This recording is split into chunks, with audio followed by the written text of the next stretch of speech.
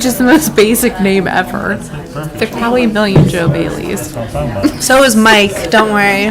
Oh yeah, Mike Thompson at that. Thank you.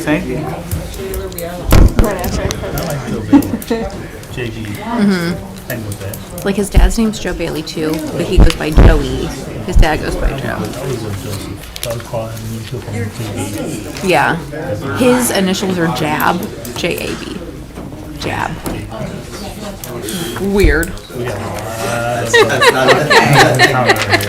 Definitely.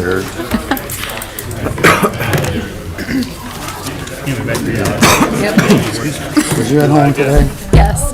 A little bit. Okay. A little bit. We were out and about. Okay. Did you see a guy driving a pickup truck down the street dragging a part of a tree?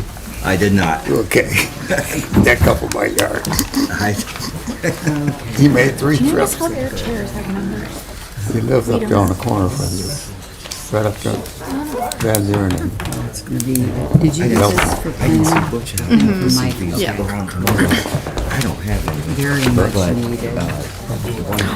Light on. I just heard that. The car's deck.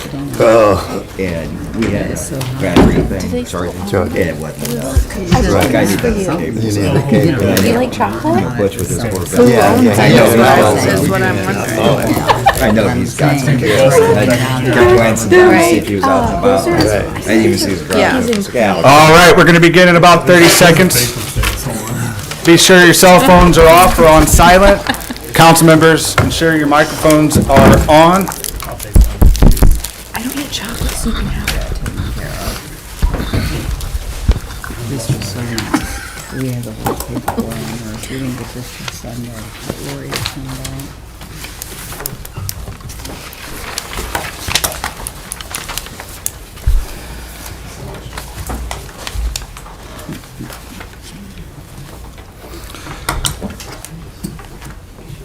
All right, today is May 23rd, 2022. Today is a regular legislative meeting for the Barberton City Council. Before we begin our meeting, we're going to jump into individual committee meetings this afternoon, and we're going to start 6 p.m. and start with City Properties, Parks, and Recreation. Mr. Jaber. Thank you, Mr. President. City Properties Park Recreation, meeting today, May 23rd at 6 p.m., council chambers. All members are present, including myself as chair. Other council members are present, besides Ms. Joyce Coburn. We have topics of discussion. Request legislation. A letter from Don Patterson, Director of Barberton Parks and Recreation, requesting legislation to approve the Parks Department to enter a contract with Vortex Aquatic Structures International for a purchase of $69,197.35 from the Parks 2022 capital improvement budget, or if the mayor, there's another way to get that fund. I was asked to ask you that. for the Yeah, purchase. I would request that the legislation just re-enter in the contract. Okay, The money is in the capital fund, but I don't want to be tied to that, because we could use some ARPA funds. It could be a mix of the two funds, but if it's in the legislation, we're tied to that funding source. so just go ahead and cross out the line from the capital improvement budget. Yeah, just enter in the contract. Okay, And then block out the rest and Lori can fix that. okay. Any questions from council members? Or committee? Thank you, Chair. I don't see the director here. He's not able to come today. He's got his son's 8th grade graduation. Okay. But he gave me some notes to read off about this the park. Oh, I was just going to ask if there was any, if this is passed quickly, are they ready to go to? Yes, they are ready to go. There'll be second week of July. It'll take 2 to 3 weeks. And they will turn the water on Memorial Day weekend at the park. But it'll take 2 to 3 weeks for installation. And they will be, it'll be a total rehab. It'll be new sanitors, bolts, new concrete form, and new features, all that with the $69,000. Thank you. Mr. West, I think you had your hand up, or no? Any other questions from anybody? All right. So we're crossing out the line where it says Parks 2022 Capital Improvement Budget. Motion, please. I'll make that motion. Mr. Heidig And I'll second it. and Mrs. Fry. Vote, please. Aye. Aye. And passed. All right. And we have pending draft legislation that's on the passage for this evening already. And I will open this up for miscellaneous discussion. All right, we have one miscellaneous discussion. The presentation for the cameras was supposed to be scheduled for today, but it's rescheduled for June 13th. So they will be out again June 13th to do a presentation for the camera system. It'll be a live demonstration, actually. They're bringing the equipment to do a live demonstration. Awesome. Live presentation. All right, any other miscellaneous discussion? Yes. Do we know what the brand of the company is that's doing the live demonstration? Yes, and I'll get that for you, but I don't have it with me. That's okay. That's okay. Awesome. All right. Can you also send that to me too also, please? Thank you. All right, motion to adjourn, please. I'll make a motion. Mrs. Fry, I'll second that.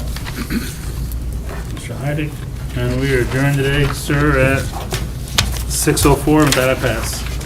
Thank you, Mr. Jaber. Next up is Public Welfare and Safety with Mrs. Fry. Thank you, Mr. President. Public Welfare and Safety is coming to order. The date is Monday, May 23rd, 2022. The time is 6:05 p.m. Not all members of the committee are present because Mrs. Coburn is off this evening because she's ill.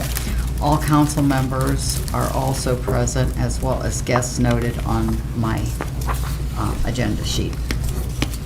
We have no requests for legislation. However, we do have two pending pieces of legislation which will be voted on this evening, and those are ordinance number 70-2022 and 71-2022. They are the agreements for the OPBA officers. That is one of the ordinances. The other is for the lieutenants and sergeants.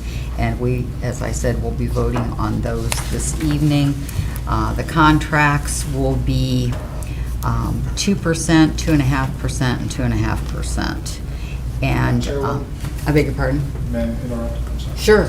Sure. We asked for first reading tonight, and we'll go into a second reading. Oh, okay. Okay, so we're just going to have two readings. Okay, thank you very much. All right, so we're just going to have a first reading tonight, and then we will vote on it when we come back from our week off. Okay, thank you, Bill. All right. Does anyone have any miscellaneous discussion for public welfare and safety? Seeing none, do I have a motion to adjourn? So moved. All right, motion made by Mr. Griffin, and I'll have to second that since Mrs. Coburn's not here. We are adjourned at 6:06. Thank you. Thank you, Mrs. Fry. Next up, Rules, Marketing, and Development, Mr. Griffin. Thank you, Mr. President. I would like to call this meeting to order today. Rules, Marketing, and Development. Today is May 23rd. We are meeting in council chambers. All members are present and all others noted. Tonight, we have no requests for legislation. Do I have any miscellaneous discussions or anything for rules? Yes, sir, Mr. Heidi. Thank you, Chair. Mr. Mayor, how is the DORA progressing? Still working on it.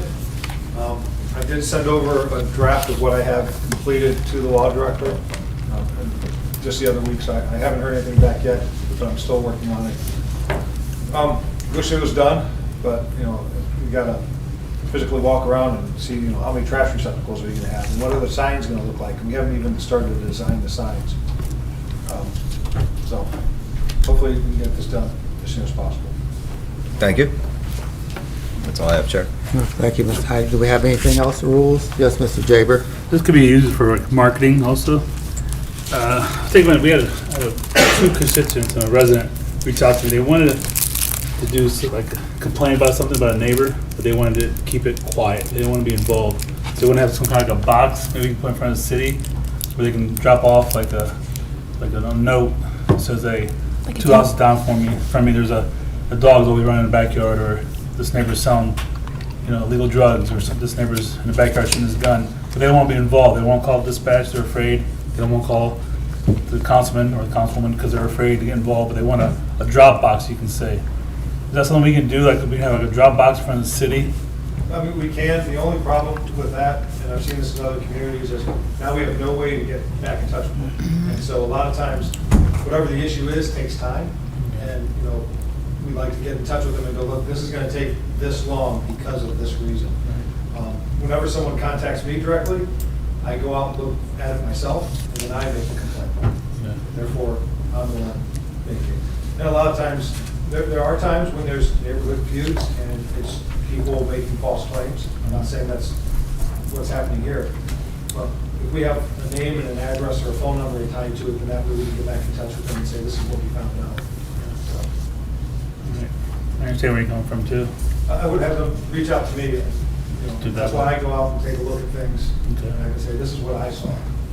Not what was reported to me, but what I saw. Okay. I appreciate But I that. understand, some people, there's an issue, but they don't want to get involved. They don't want to get, like this one resident, he just didn't want to get involved. I mean, he just- My thing is, I don't want additional neighborhood feuds, so that's why I take it upon myself to go look. Appreciate it. We can't, excuse me, Mr. Jaber, we can't do that online, like we report other stuff, potholes and stuff. Can't we do that online? Is I'm there not sure something if for you that? have to What's add that? an email address online or not. Right, Now, when you call 911, you can make an announcement, but that's for emergency.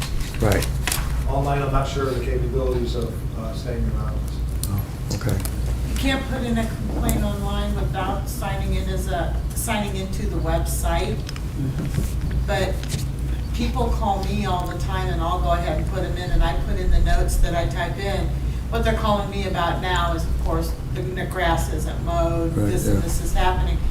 And I'll go ahead and put it in, resident called, wishes to remain anonymous.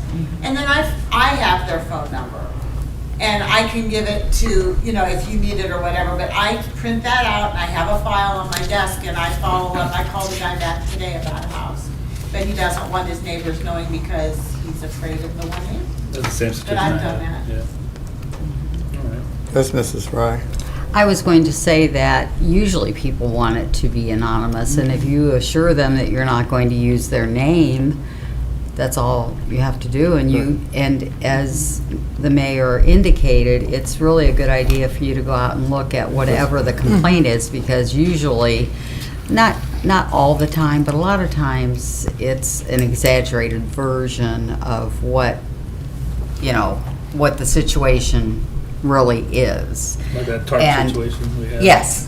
So if you go out and look at it, then you know what you're reporting, and that goes even for potholes, or anything. And if you save the department a lot of time, because they're not going out thinking they have this huge job when it's really not quite as bad as the resident has reported. But nobody usually asks who submitted the complaint. It's actually, they're submitting it to you, and you are therefore checking it out, and then you're submitting it to the department that is going to handle whatever the situation is. So basically, people are anonymous. All right. Do we have anything else from the body or council people? Okay, do I have a motion to adjourn? I'll make that them. motion. Second, Ms. I'll Hyde. second. Second, Ms. Taylor Thompson. We are adjourned at 6:13. Thank you. Thank you, Mr. Griffin. Next up is City Utilities. Mrs. Coburn is not here today, so Mrs. Fry will take that committee. Thank you, Mr. President. I am bringing the City Utilities Committee to order. Today is Monday, May 23rd, 2022. The time is 6:13 p.m. All members of the committee are present except for the chairman, Mrs. Joyce Coburn. and the committee consists of myself, Mrs. Coburn, and Erica Bailey. All other council members are present, and members as noted on my agenda sheet. There is no new legislation being requested, and we do not have any pending legislation either. Does anyone have any miscellaneous discussion for city utilities? Nope. Nope. She let you off easy. Yeah, hearing none, do I have a motion to adjourn? I'll make that motion. Okay, thank you, Erica, and I will second it. And we are adjourned at 6:13. It wasn't even a whole minute. Thank you. Don't tell Joyce. No. I had a really hard time. Thank you, Mrs. Fry. Last but not least, Finance and Personnel with Mr. Heidick. Thank you, Mr. President. Finance and Personnel, it is Monday, May 23rd, 2022. It is 6:14 in council chambers. The committee consists of Councilors Coburn, Thompson, President Greer, myself with chair. Councilor Coburn is absent tonight. All others noted. We have a few topics of discussion for requests. The first one, a letter from Elizabeth Doherty, Director of Public Safety and Human Services, requesting legislation to approve the position of Police Information Specialist within pay grade 3. This classified non-bargaining position was approved by the Civil Service Commission on April 6th of 2022 and reviewed and approved by Eddie Lawson, President of ASCME Local 265. Emergency wording is requested. Are there any comments? Counselor? I wanted to know, what are the educational and experience requirements? Number one.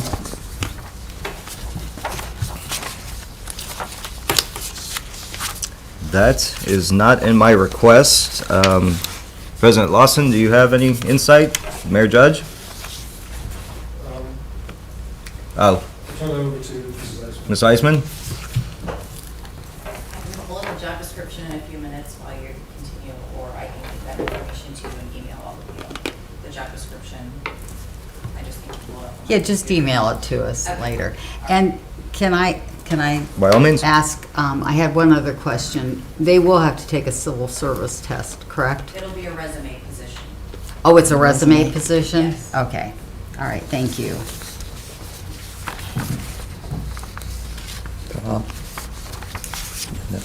Sorry, I was moving some papers around. Counselor? Thank you. Mrs. Eisman, have we had this position before? Is this a new created position? It's a new creative position, and then it was classified by civil service before it was presented to you. Okay.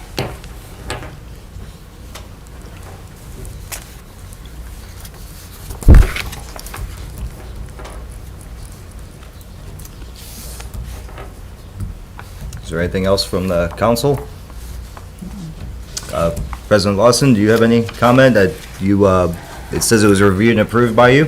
Ms. Doherty got with me before she put this job description together, and her and I worked together, and it is going to be a non-bargaining position, and I was in agreement with that, with the information that they're going to be handling and everything. So I appreciated her time and her getting with me to make that happen, so we didn't have any hold up on this position. Thank you. Anything else? Do I have a motion to call for this? I'll make that motion. Thank you. I'll second. Thank you. Those in favor? Aye. Right, next is a letter from Michael Teodecki, city engineer, requesting legislation to allow the mayor to enter into contracts to replace the roof and HVAC system on the city building. Emergency wording is requested. The quote that was received, if I'm correct, was 30 days? Good for 30 days? To clarify, there's components within the quotes received that the suppliers and the contractors guarantee for 30 days. So while if we can get this with an emergency, we can get within that 30-day window. Otherwise, we're subject to a potentially revised quote. And in this day and age, it's difficult to predict, 30 days from now what the new price might be for insulation, roofing material, some of the other components that make this job move forward. Thank you. I'm also assuming that if that moves, I don't think the price will go down. So, are there any other questions on this? Counselor? Yes, can I direct this to Mike, please? By all means. This HVAC, is this whole building going to be air conditioned, or is it just the third floor? Or you said to replace the roof and the system? The only components HVAC-wise that are being replaced are the components that live on the roof that have ductwork that travels across the roof and penetrate down through.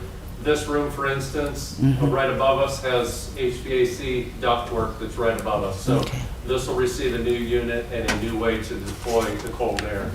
One above planning, Yes. one above law, one above Kirk courts, and one above the other court just to the west of us right here will receive the new HVAC unit. Some of the lower floors served by room air conditioners, those were never part of the rooftop units, nor will they be after this project. Okay, Mayor, you got to turn on your air conditioning unit. Thank you. Counselor? Is there a price on this yet? Yeah, it's on here. In the notes is $517,332. That's the roof too, though, repairing the Yes. roof. Mhm.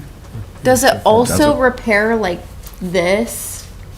The The leaking. is it leaking elsewhere? Does it include that? No. So it actually contains 3 prices. Okay. One for the roofing system and its insulation, and it's a roofing contractor. The second one teams up with them, it's the HVAC. The third one is $6,500 to get the low bid roofing contractor immediately after Board of Control to go up and kind of slow the bleeding down. Doesn't fix it, but it tries to get things like this that are leaking on a day-to-day basis every time it rains to do what we can to stop or slow it while they order materials and get all the materials on site before they can start the roofing job. Okay.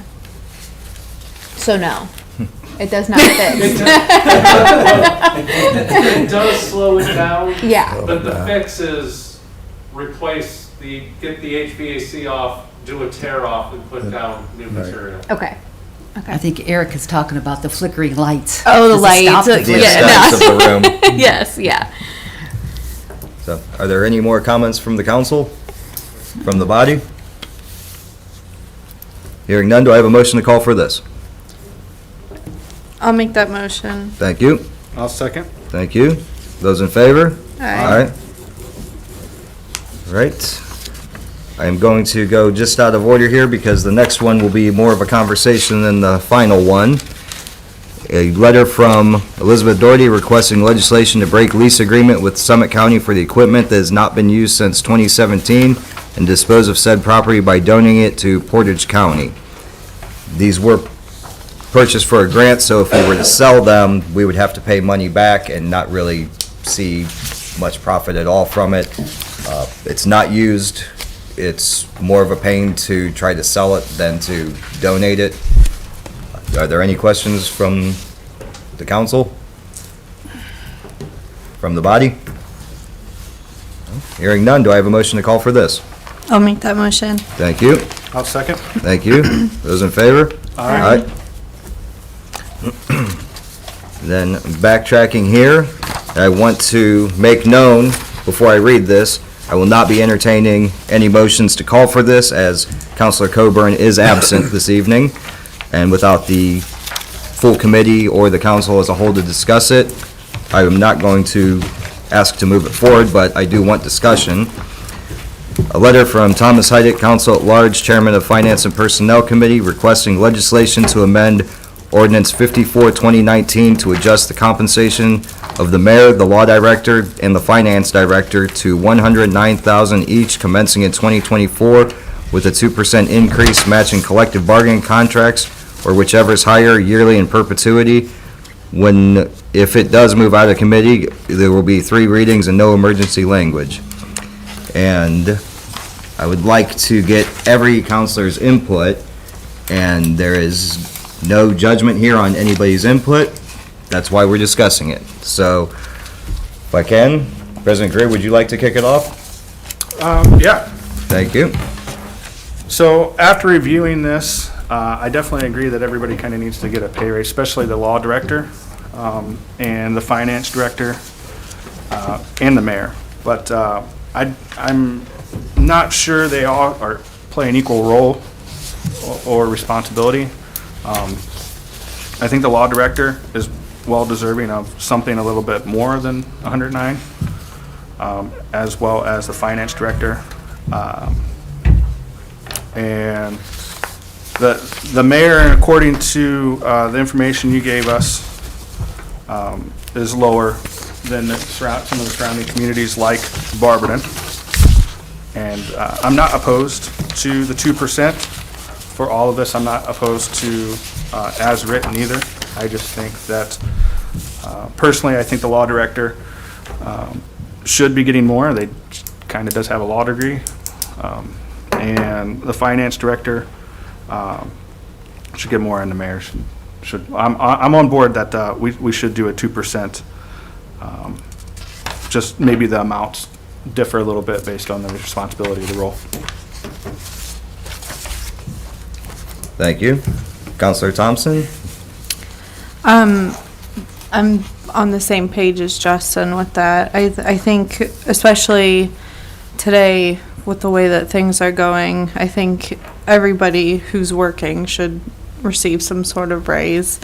And like President Greer had said, specifically the law director, I think that the current salary, I think that definitely deserves a boost there. Thank you. Counselor Fry?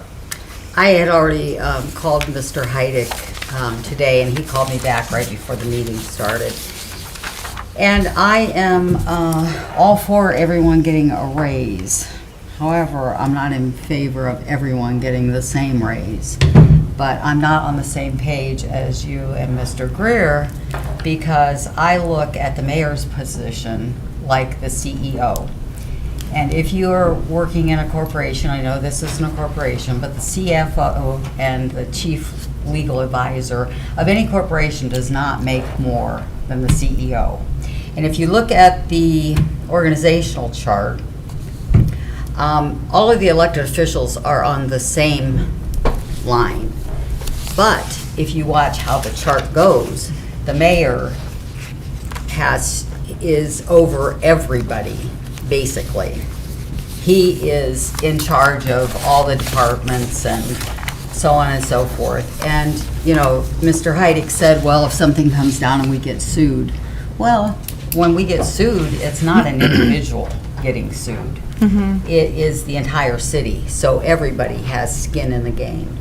And I just think that if the mayor is in charge of the entire city, that he should make more. And it doesn't have to be a lot more, but I think it should be 2 to 5% more than the other people that we are considering raises for. Jeremy has to, Bebe brought it up, he doesn't have to have a degree, but you do not have a finance director for a city without a degree. I said, oh, you just need to know how to add and subtract. No, and you have to deal with auditors, not only on the state level, but also on the federal level, coming up with the ARPA funds.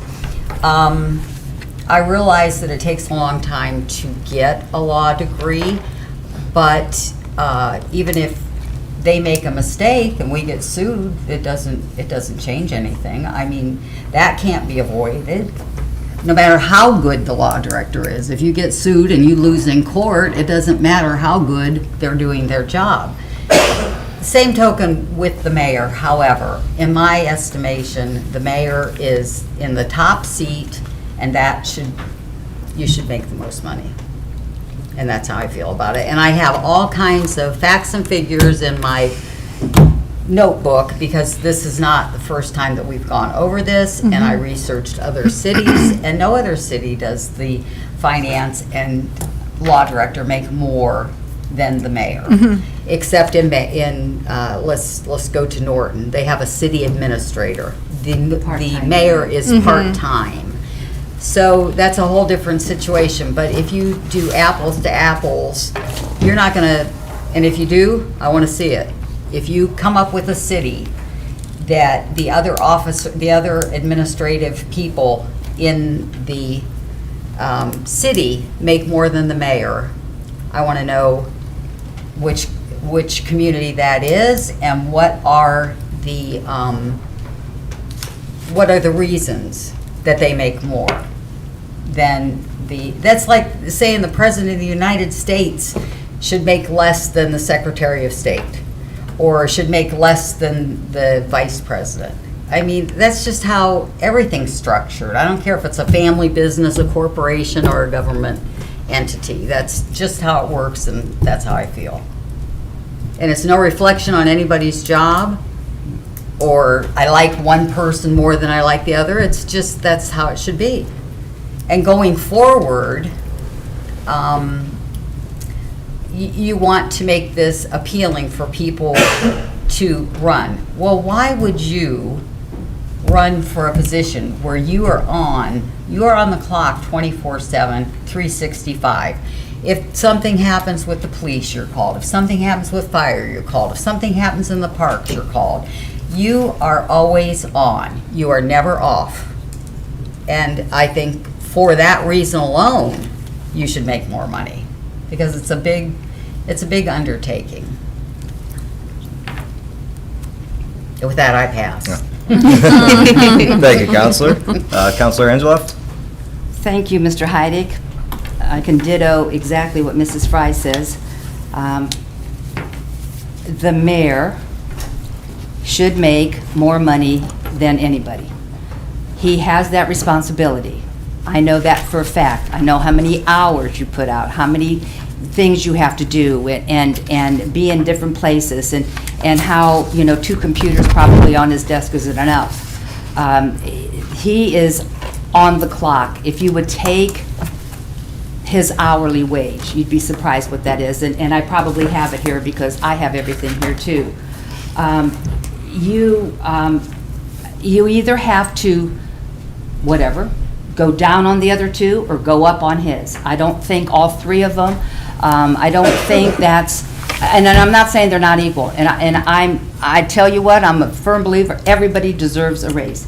Everybody deserves a raise. I don't care if you're union, non-union, elected official, what. Everybody deserves a raise. But you have to look at this in a different stance, as he is the CEO. And so I don't think those 3 positions are equal like our positions are all equal. We all have a ward that we take care of. I don't believe his is equal. His work isn't equal to the law director or the finance director. It's not anybody who it is. I don't care who's the law director, it has nothing to do with that.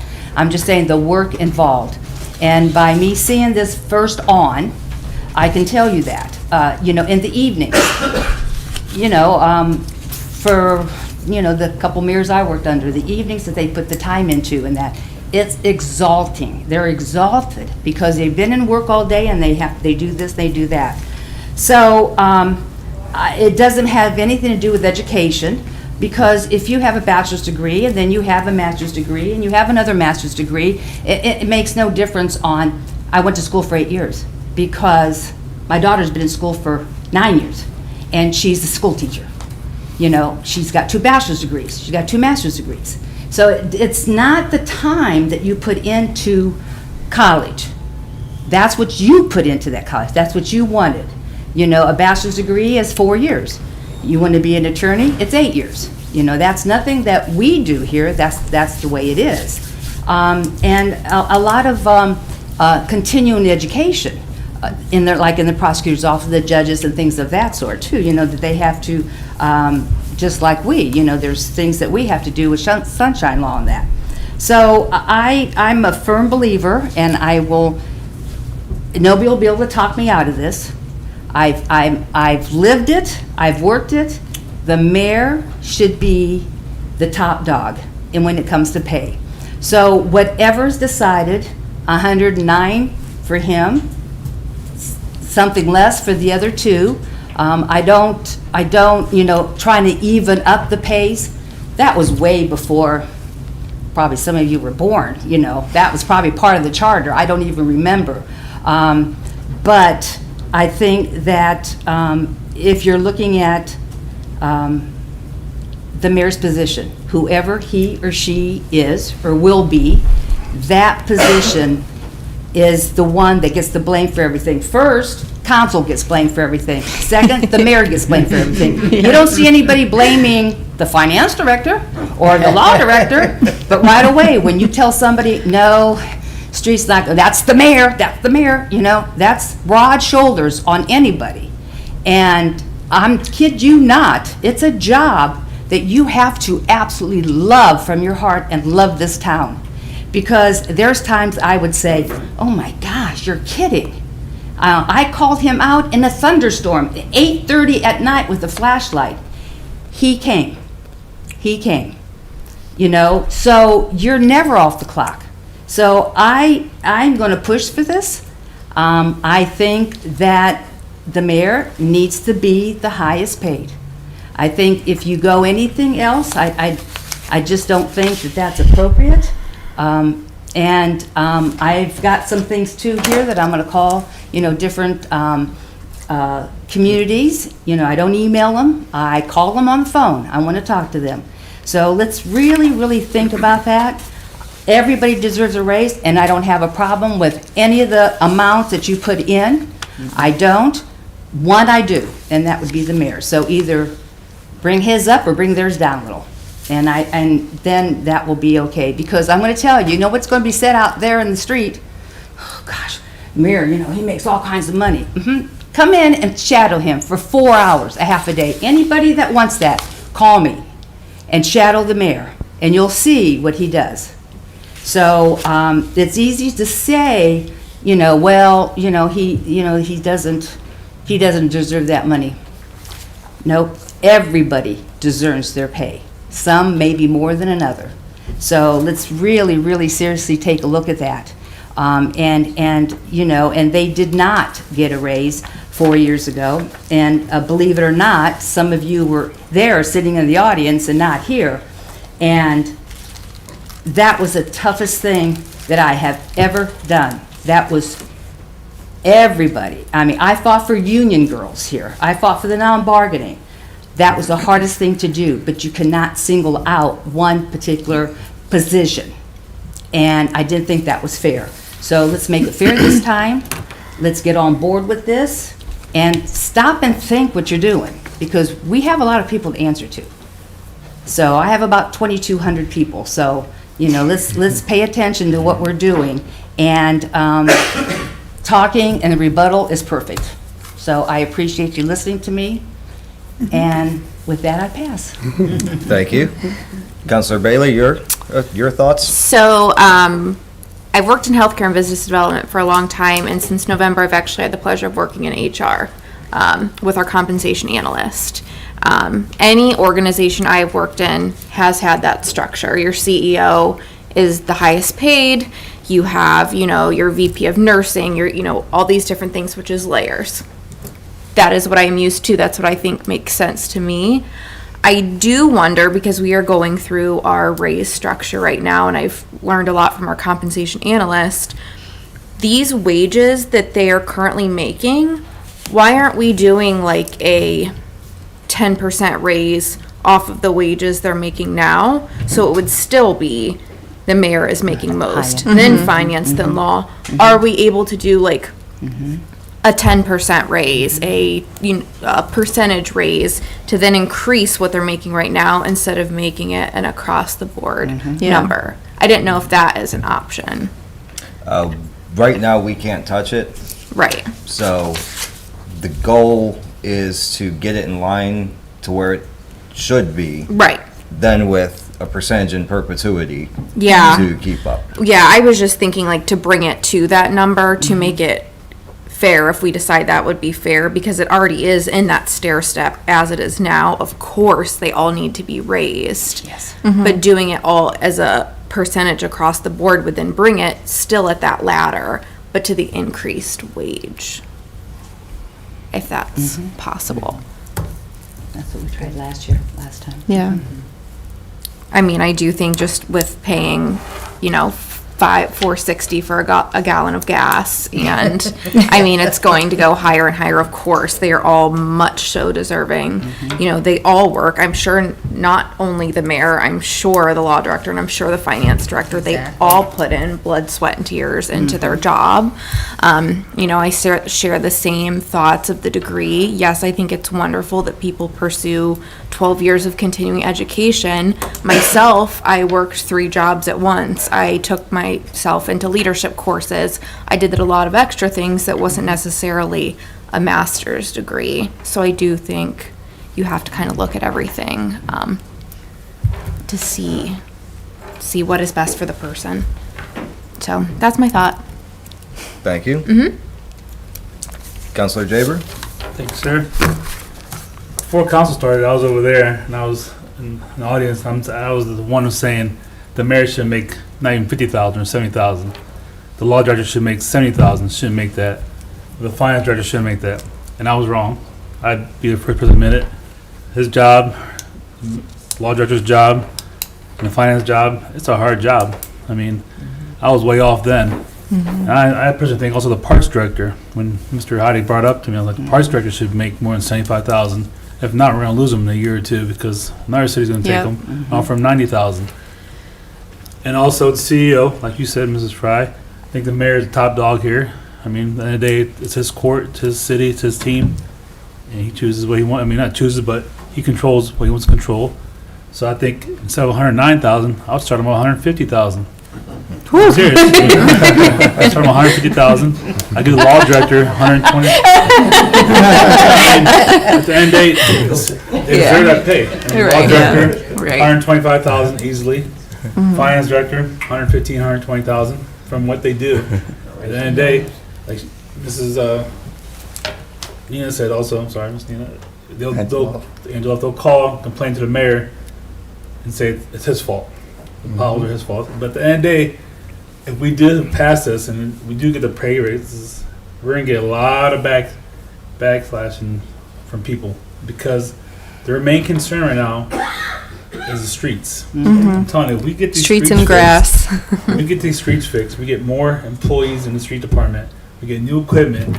We can give them $200,000, and people will say, "I'm being dead serious." And people would say, "Okay." And people will be like, "Okay, you know what? You're right, because we're getting the streets fixed. We're getting the grass fixed." I mean, it's all what they see. They don't see behind the scenes. They don't see behind the work class. They don't see what they're doing, to get the money from the grants. All they see is the streets and the grass, and that's their main concern. My biggest complaint from anybody is streets. But to fix that, we need more employees for the street department, and we need new equipment. But back to the mayors and stuff and the law director, I would approve of this, but I would approve where the mayor would make more, and the law director would make a little less, not too much less from the mayor, but still give him that, okay, I'm the mayor, I'm making 120, 150, and the law director deserves it too, because she does a lot with the green office and on sheriffs, and she deserves more than that. But be ready to get some negative comments from residents and people on social media. I'm telling you right now. Tomorrow. Bob's gonna put it in the Herald tomorrow. Council did this. Council did that. He's gonna put that's his job, and that's what it's gonna be on social media. I mean, I'm a top dog on social media too. I do my part. It's what you want to have people to see and hear, but be ready for it. Until we get these roads fixed, we're not getting no support. If we get these roads fixed, I promise you we can pass any tax levy in the city of Barberton. 110%, I promise you. People will support us in so many ways. I mean, just as it is. But at the end of the day, on this topic, I'm okay with the pay increase, but I would go a little bit higher for the mayor.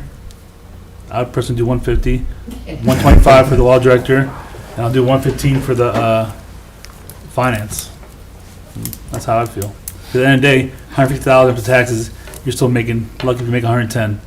110 minus a car, minus a house payment, when you make a couple thousand extra a month, I mean, weekend vacation, it's gone. That's how it is in this real world, and you're still behind. So, anyway, that's how I feel. Thank you. Thank you, Counselor. Counselor Griffin, your Well, thoughts? thank you. I'm glad I was last. But I totally agree with Mrs. Fry and Mrs. Angeloff, and I always agreed that the mayor, I've been in manufacturing, and the CEO was always the top person on the top of the totem pole as far as salaries and stuff. And I know personally that the mayor's on duty 24/7. And I've been with him on Sunday mornings, Saturday mornings, what I'm saying, doing, stuff for different people in the neighborhood, church resolutions, whatever. But he deserves it. They all deserve a raise. I agree with that. They all deserve whatever we can come up with, but I think the mayor, at the end of the day, should be the top dog as far as salary-wise. And that's all I have to say. Thank you, Counselor. And you're not last, I will go last. Okay. I actually have a question. I want to apologize. I think I misunderstood your chart, if you wouldn't mind. I was under the impression that it would be higher for the mayor, based on what you have here. At the bottom is where the proposed is. If you see what he wrote, this is Yeah. what he proposed. Because I was also including the 2%. So, yeah, now I get it. So once I heard, what you guys had to say at first, I was under the impression that it would be what you have up. I thought it was going to be kind of tiered based on a percentage. So I misunderstood that. So I apologize. Not a problem there. Counselor? Thank you. I just have a quick question. How did you come up with the 109,000 for 3? Well, glad you asked, because Counselor Griffin, you didn't go last, I am. You're okay. And I wanted to I was explain. gonna ask, I was going to explain my rationale and my chart Okay. with the data there. The 109 came about because looking at the actuals for 2011 versus the current versus the final years of the ordinance, if you took from 2011 and I put in there the CPI index from 2021, which is before massive inflation hit, which is why I don't want to include this year or next year, because that's almost a false number. That puts them at a certain spot versus a 2% increase if they would have gotten the CPI or if they'd have gotten 2% over the 10 years. The 2% was to keep pace with the union since 2011. The average was 2%, and there were 2 years where they were 2.5% for the unions. The CPI difference and the 10-year difference, when you get to the 109, the 2%, if it were continuing with the 2023 and 2024s, or the 2022s and 2024s, it would actually come out to 110. Based on the numbers against 2011 to 2021.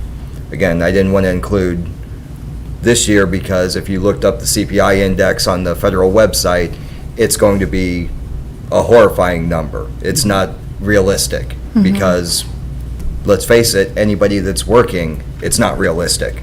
I don't care if you're working at a gas station or, as an example was given, the President of the United States. It's going to be different versus last year to this year. My rationale for these, I believe everybody got my letter with it there. One, it would align the respective offices with compensation versus subordinates. Risk-reward organizational flow chart shows that the 3 offices, though separate, are equal in terms of voters, in terms of who is in what position. This pay increase is needed to avoid, number one, pay compressions, number two, subordinates earning way more than their superiors. And I put in parentheses there, overtime is not included because overtime is an arbitrary number. Just because somebody had X amount of overtime one year doesn't mean they're going to have that every single year. You can only go off their base salaries there. Number three is dedication to employ within Barberton. We've seen people retire just in the past 2 years that we're commending them for how long they've stayed. They didn't stay just on love. They were compensated as well. Right. And the final point is, because there are 3 elected positions, potential candidates, if these aren't in line with where they need to be, could easily seek private employ or appointed positions, the same job. Director Flaker could possibly get an appointed municipalities job at a much higher rate. Why would, and I don't read your mind, Director Flaker, but if that were the case, why would he stay in a city where he has to run for an office, be elected, when he could just be appointed with the same experience and same job?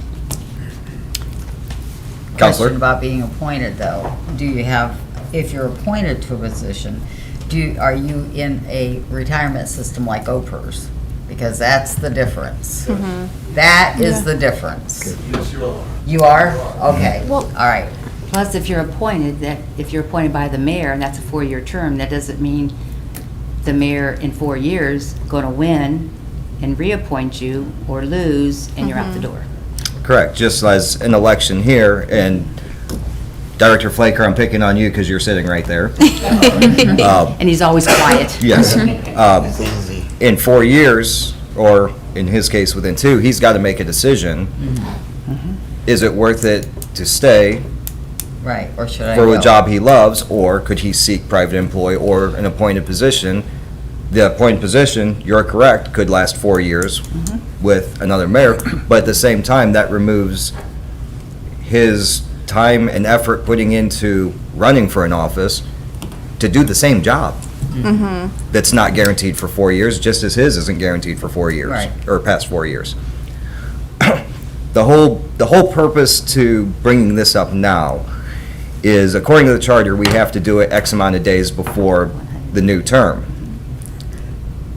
To get these positions in line, I feel that we need to do this year, because if we have to get them in line next year and we do it at the 0 hour, that's not fair to the mayor making a budget if we throw a curveball that suddenly he has to come up with X amount of dollars and potentially rip up 16 pages of budget that he's been working on for 4 or 5 months.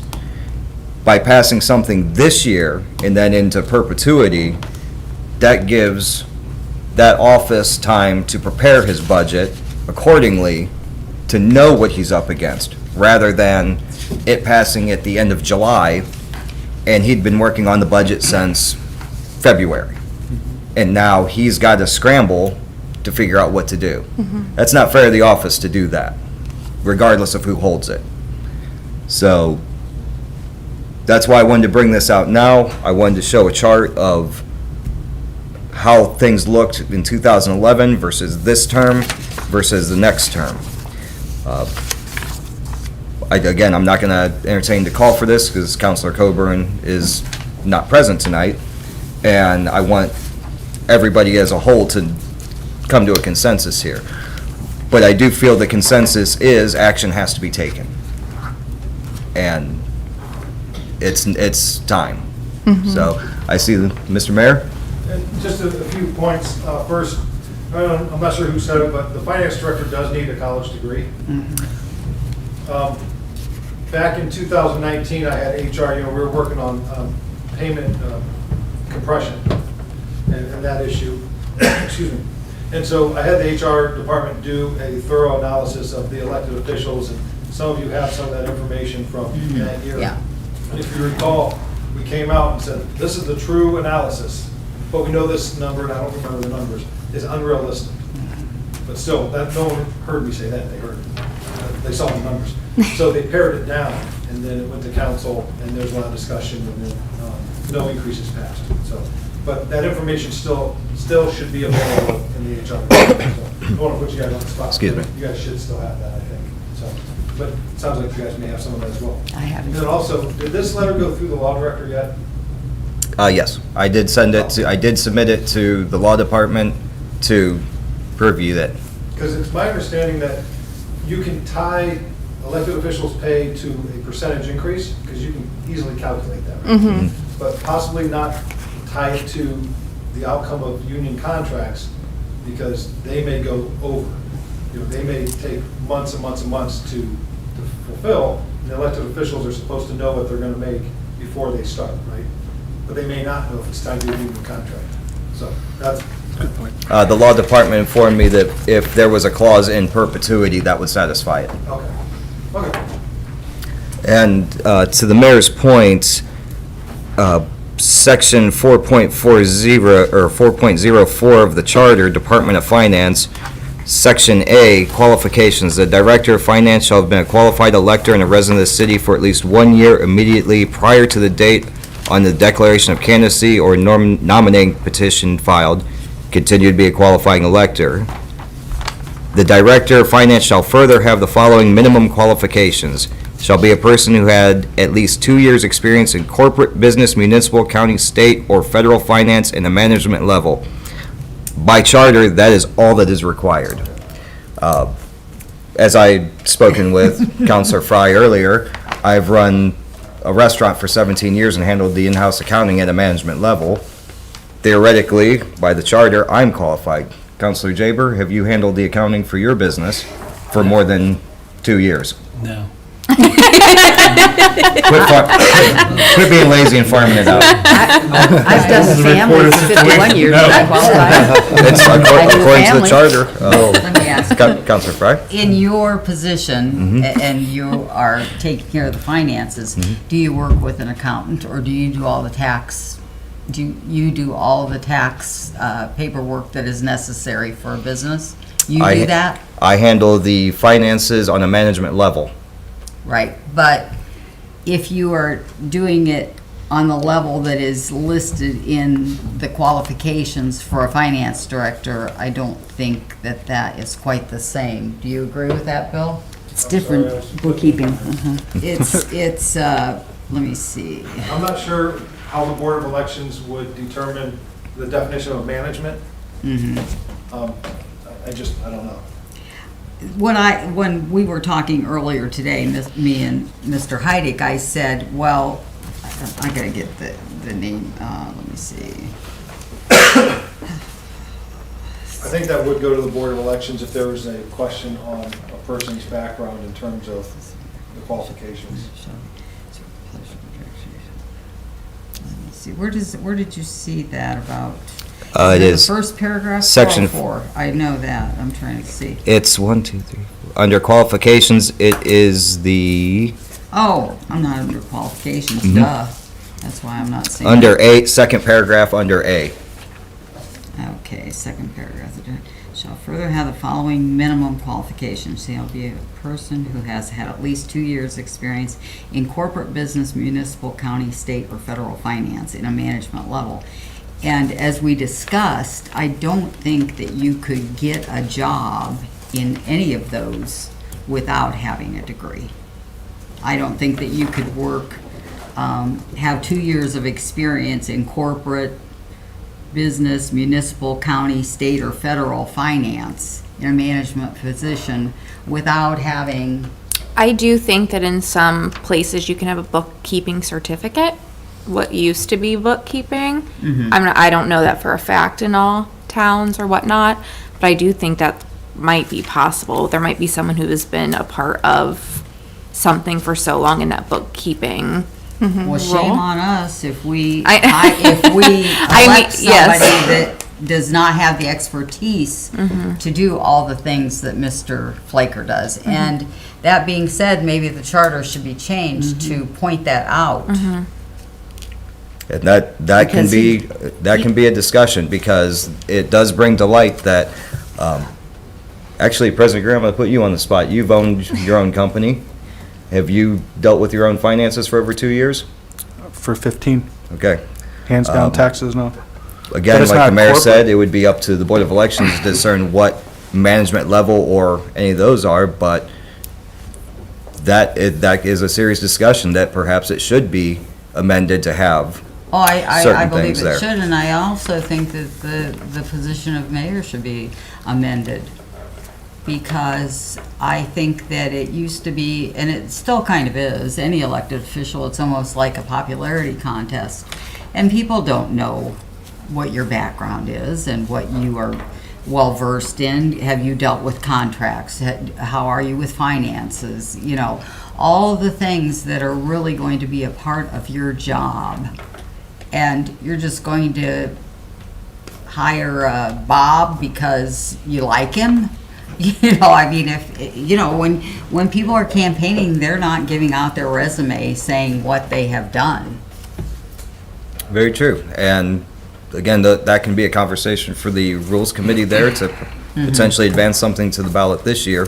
But for the purpose of this discussion, those are the minimum qualifications. And under Article 3, let's see, 3.02, qualifications for the mayor's position. The mayor shall be a qualified elector, resident of the city, 1 year immediately prior to declaration, and continue to be a qualified elector during his term. He shall not hold any other office except for notary public, state militia, reserve corps of the armed forces of the United States. End of qualifications, Which are none. except living here. Yeah. Yeah. And that's not a qualification to run a city. And that's where, this draws me back to where, in my initial proposal here, two offices, or one office requires living here. Another office requires 2 years of doing accounting without a degree. The third one actually requires a degree and admittance into an organization such as the state practice of law there.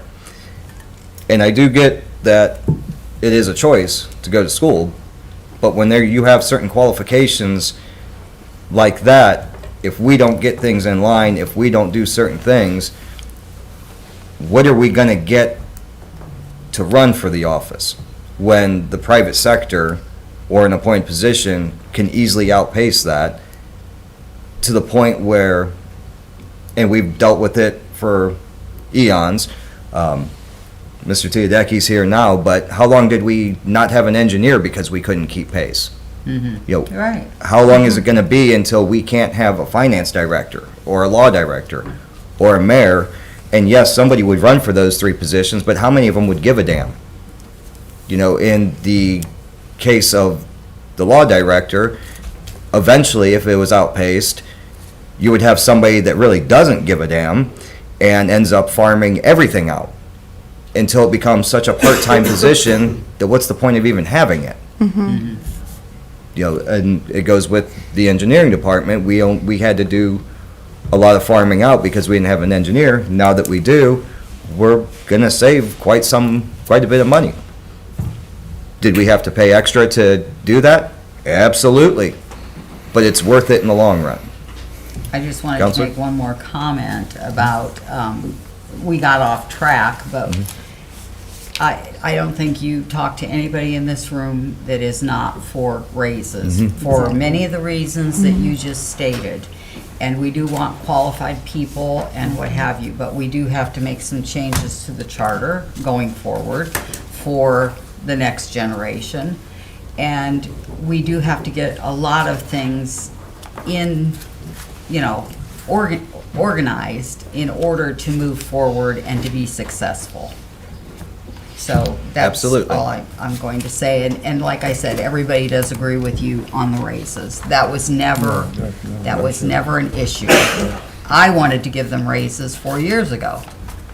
So that's not an issue. The issue is how do we go about doing it and doing it in a fashion that is fair and equitable based on what they actually have to do, how many hours they have to put in.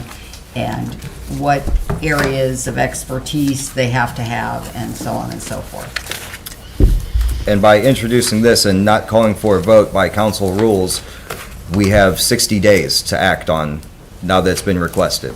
That's why I wanted to start the conversation. When Councilor Coburn returns, we may not call for it then. We may go, but I think it's important to put us on the clock. I have a question. Councilor Thompson? So was 2011 the last time that those positions have received a raise? No.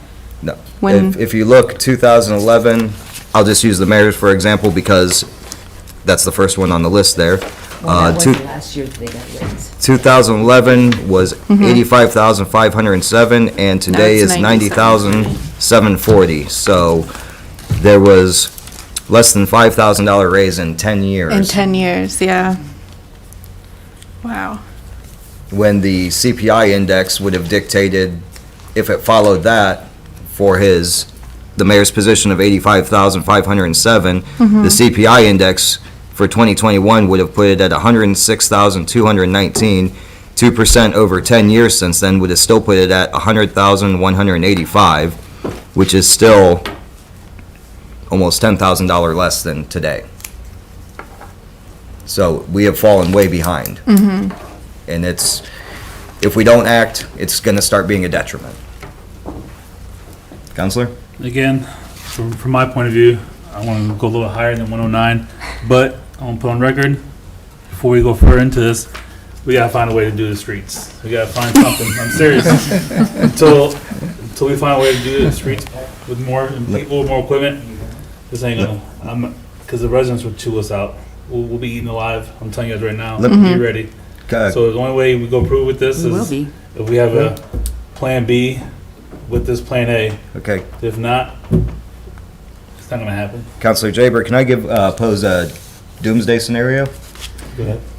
In 2 more years, let's say the mayor decides that it's not worth it, doesn't run for re-election, and let's say that somebody does run for mayor that decides that maybe this amount current is worth it.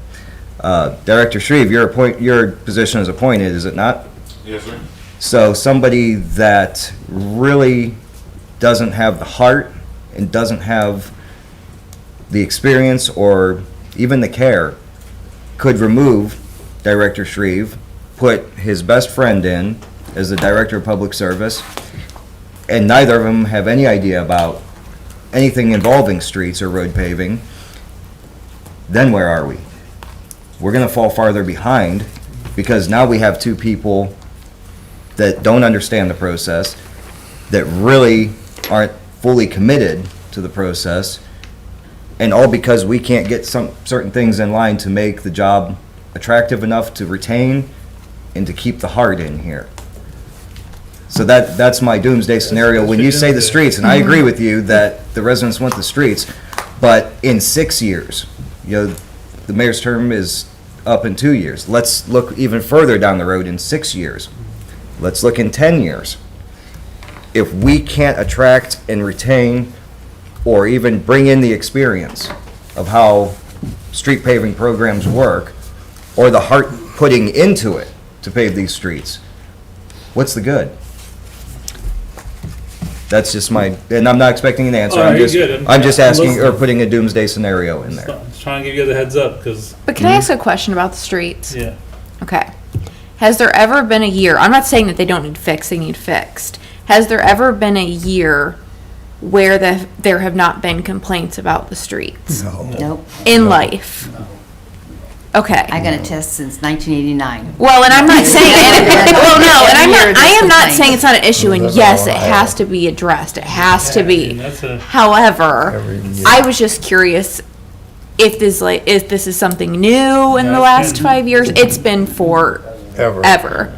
Okay. we gotta find a way to change that. For Right, exactly. I was just I mean, curious. they're like Akron, they do find different ways. It's always Okay. the So council's now- fault and the mayor's fault. It's So now never anybody that, else's. now that we've all spoken here from the gallery, Okay, you want the residents to get the streets fixed, and you put a tax on there and see if they'll pay for passing. Right. Assessment, If exactly. they Yep. want it fixed, they'll cough up the money. You put that under, was it 1/4%? But another 1/4% out there telling you want the streets fixed, you gotta pay for it, because there's no money. There's no money, we got. So Yeah. you put your name on it and put a tax increase on there and see how bad the residents want it, and we'll see. Then you can lay it on them. I don't Mr. Mayor? mean to continue getting off the subject. No, that's okay. If we did an analysis, because I'm kind of a numbers nerd, if we did a full percent increase for the streets, we would still be basically where we are. Right now. Akron does an income tax increase for all people who work in Akron, and they assess the property owner. Yes. $6.65 a Just do foot. the income tax increase, but even if you went to a full percent, it wouldn't get you all that much further. Counselor?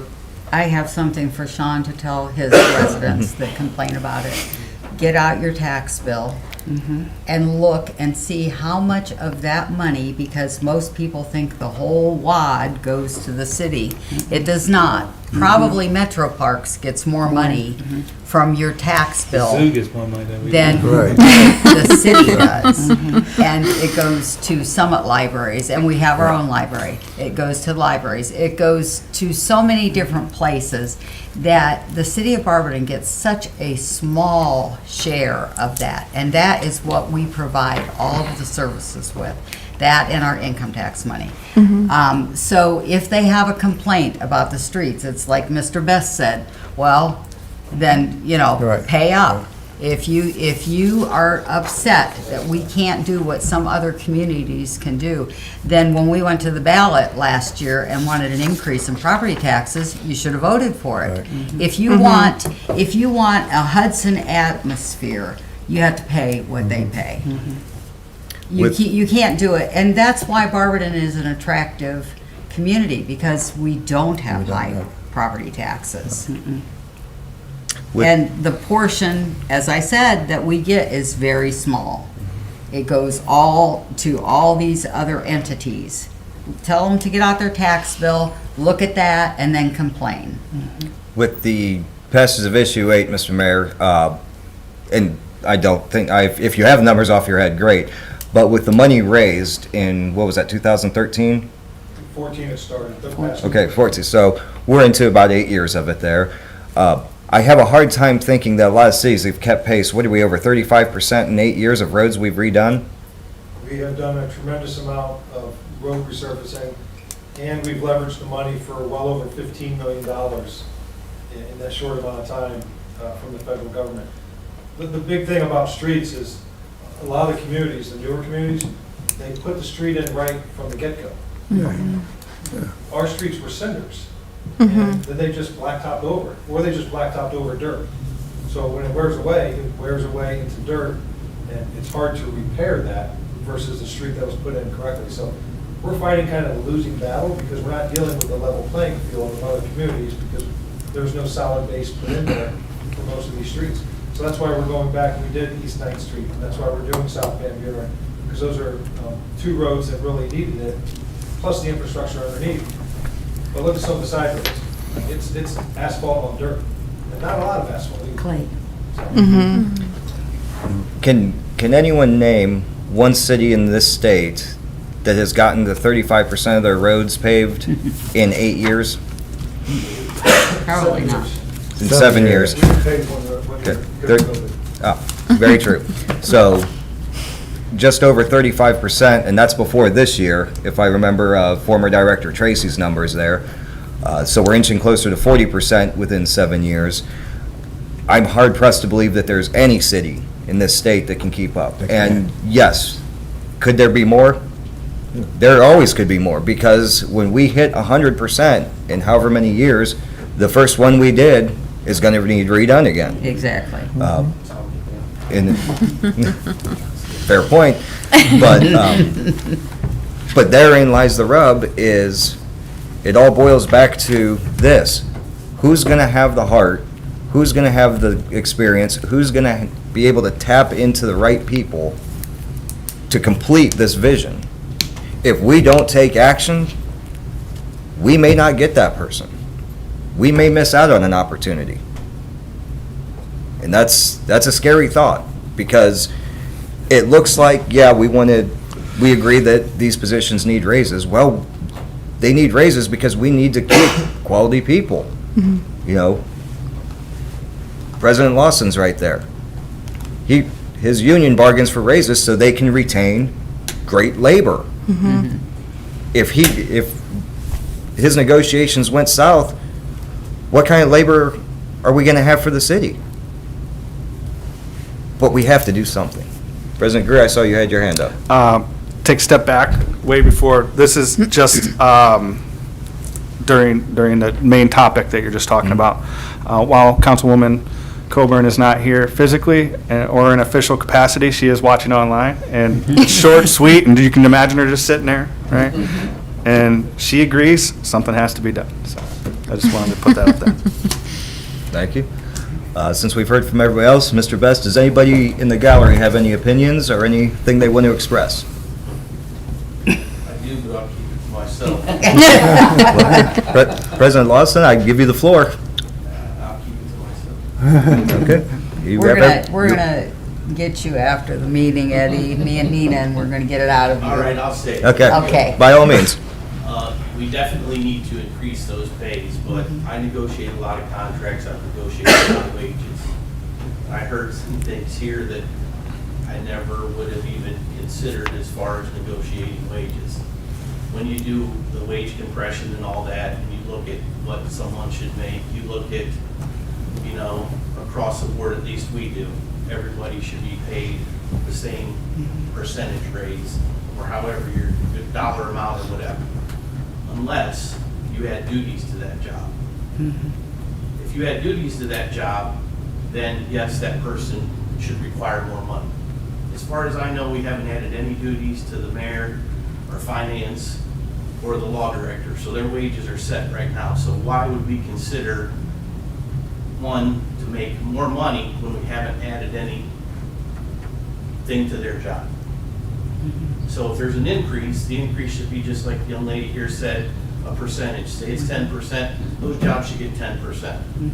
Or $10,000, whatever. But to say one person now is going to make $50,000 more than somebody else at $40,000, and you haven't changed their job, I don't understand why. And how could there be a justification for that?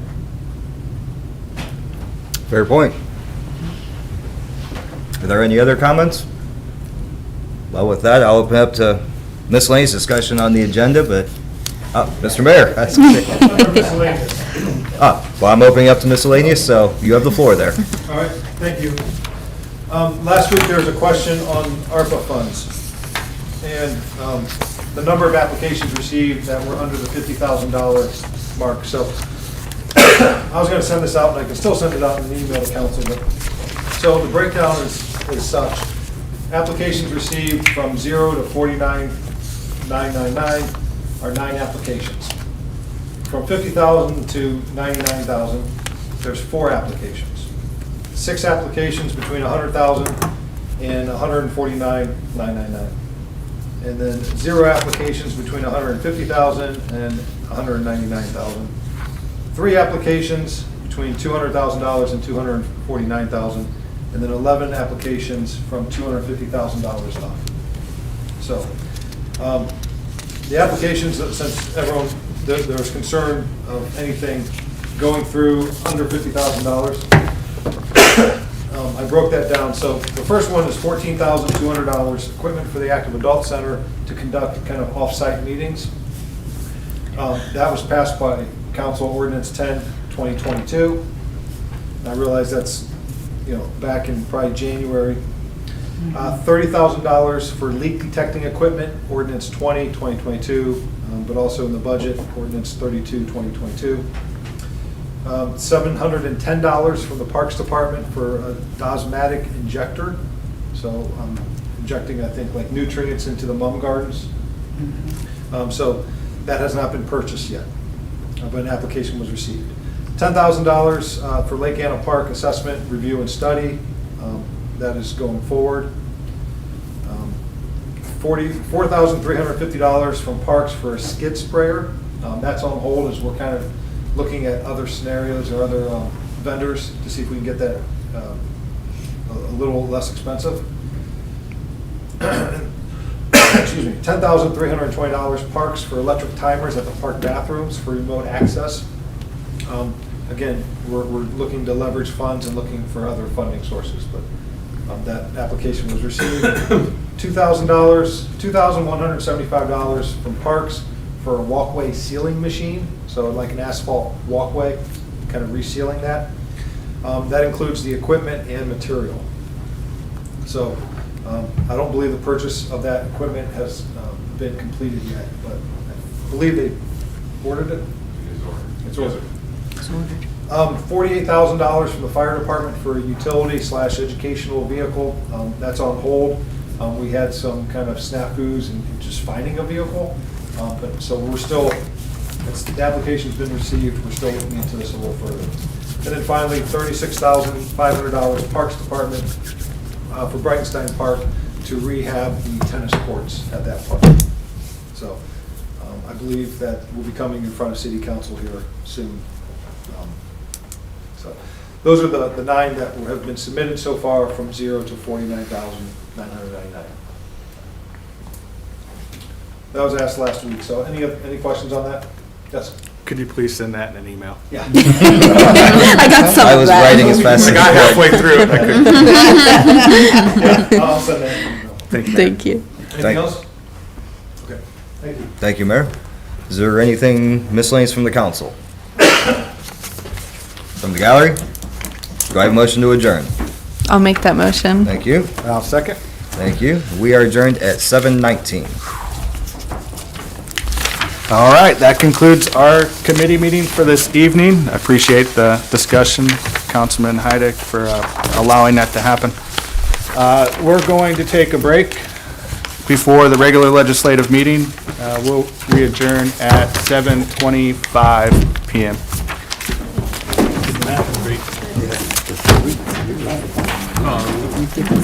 We'll get all the support in the world. All the support in the world. We get every tax paid, everything. Oh, okay, thank you. Thank you. She gave me a copy of my packet. Thank you. Secure Tech One, they're the ones doing it, they're out of Medina. And they're actually building a TV screen to put there and show how. Well, that's what it sounded like. Oh, okay. That's cool. That's why they were gonna do it tonight. gonna ask I guess me they have to go. I'm anticipating. Yeah. Oh, okay. And that was what Bill Yeah. told me, which was Okay, 71 and 70, no, 70 and 71. Yeah, they're both gonna be first readings. It's for the OPDA, yeah, and for the officers, and then, yeah. Yes, those two are gonna be. No, he said, I kept saying, we're gonna vote. And he said, Mrs. Fry, we're not gonna vote, we're doing a first reading. Yeah, so it's these two. So these are first readings. And we will probably, at the second reading, we'll probably pass them. But, I don't know, on the second reading for these two. I passed that on to them, but that was prior, so I mean, we passed it on, you know, with stuff out there, Mr. Red Mower, No, these two? mowing starting, you know. Right, yeah, it's both of us. It was mine, and I referred it to finance, yeah. So that's, those outlets ways are still definitely. Yeah, right. Okay, we've got it now. And then, you know, did you get a chance to look at the website, you know, how Elizabeth kind of had decided? But that's Okay, well, and that's, I started actually questioning Jamie and myself, and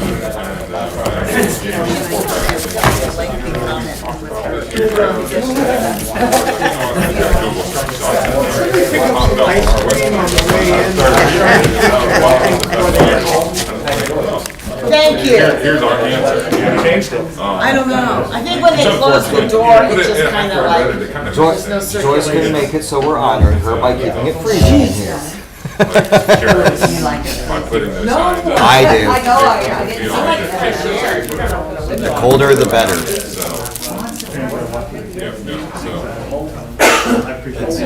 Absolutely. Good, how are you? I'm on this side of the grass. And that's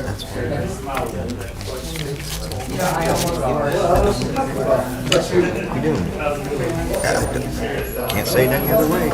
I walked out of the office to bring the box and everything.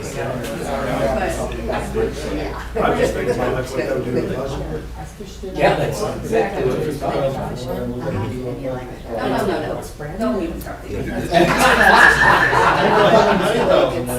It's 7,000, so you know, it had a crack in it.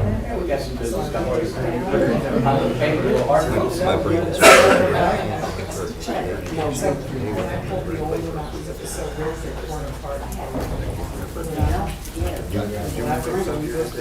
Yeah, kisses today. You want a kiss? Don't say no to give you a kiss, Mr. President. I'm not gonna say anything. Saw Joe Biden one time, I was talking to him. I said, "Y'all take a picture with me?" He said, "Yeah, as long as you don't kiss me." I said, "Well, I ain't gonna kiss you." I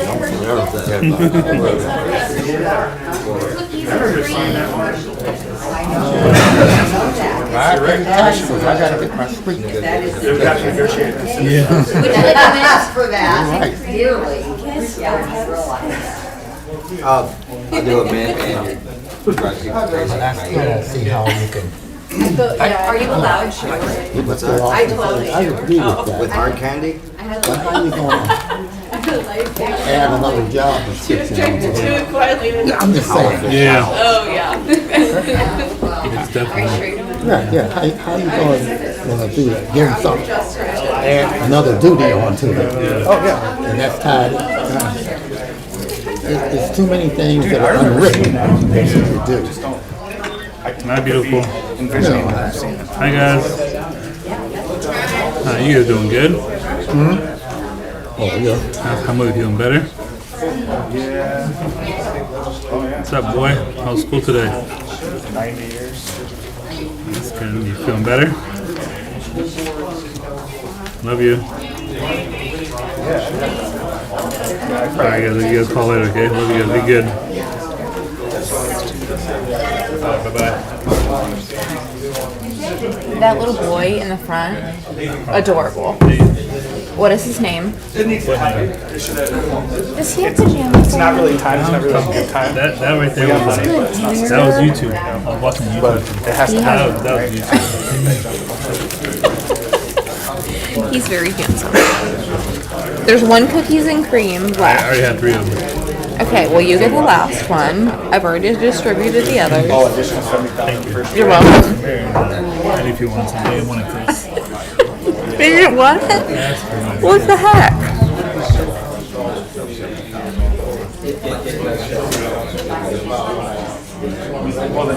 Come here, on 10, ready?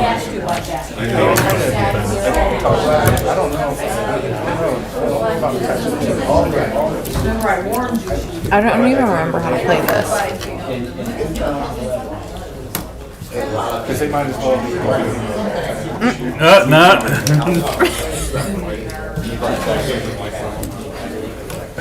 Stupid. I'm so mad. I haven't played that in like at least 17 years. Think about it later on. We lost. Go home. Like JB, guess what? Did she give you the name of this? Yeah. Okay. Like JB, I lost.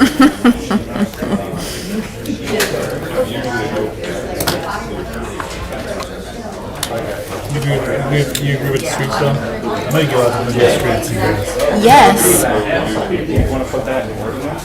And there has to be a solution. has to be a solution. However, I do think this year is no different than like last year. So maybe we look back at what has the solution been that has made it a good solution. You will get no support in any resident situation. No businesses right now. Unless we get the streets fixed. Totally. I'm saying right now, I hear it every day. And it does need fixed. However, it is human nature. Okay, when the streets get fixed, there is going to be another. Oh yeah, but that's what they see. Yes, but they're going to see something else as well, which is why it is great that we have a council to bring these things up all the time, because it's going to never stop. Oh yeah. I also left you kisses on your desk. There's a cookies and cream one, and then one of the hugs ones. I think the blue is cookies and cream. Yes. I left them for you, too. I had a little bag of mints, so I was distributing the chocolate that was in it.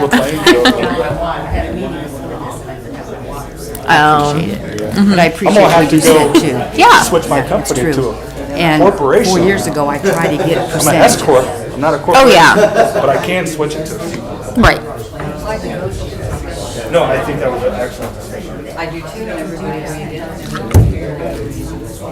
Well, yeah, and it's common too, like, in any organization right now, everyone is doing raises, but it is weighing off of what they make now, adding on 4%, 6%. Yeah, yeah.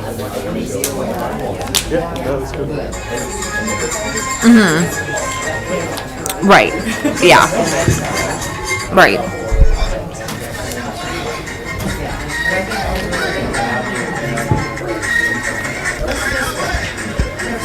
I think that's cookies and cream.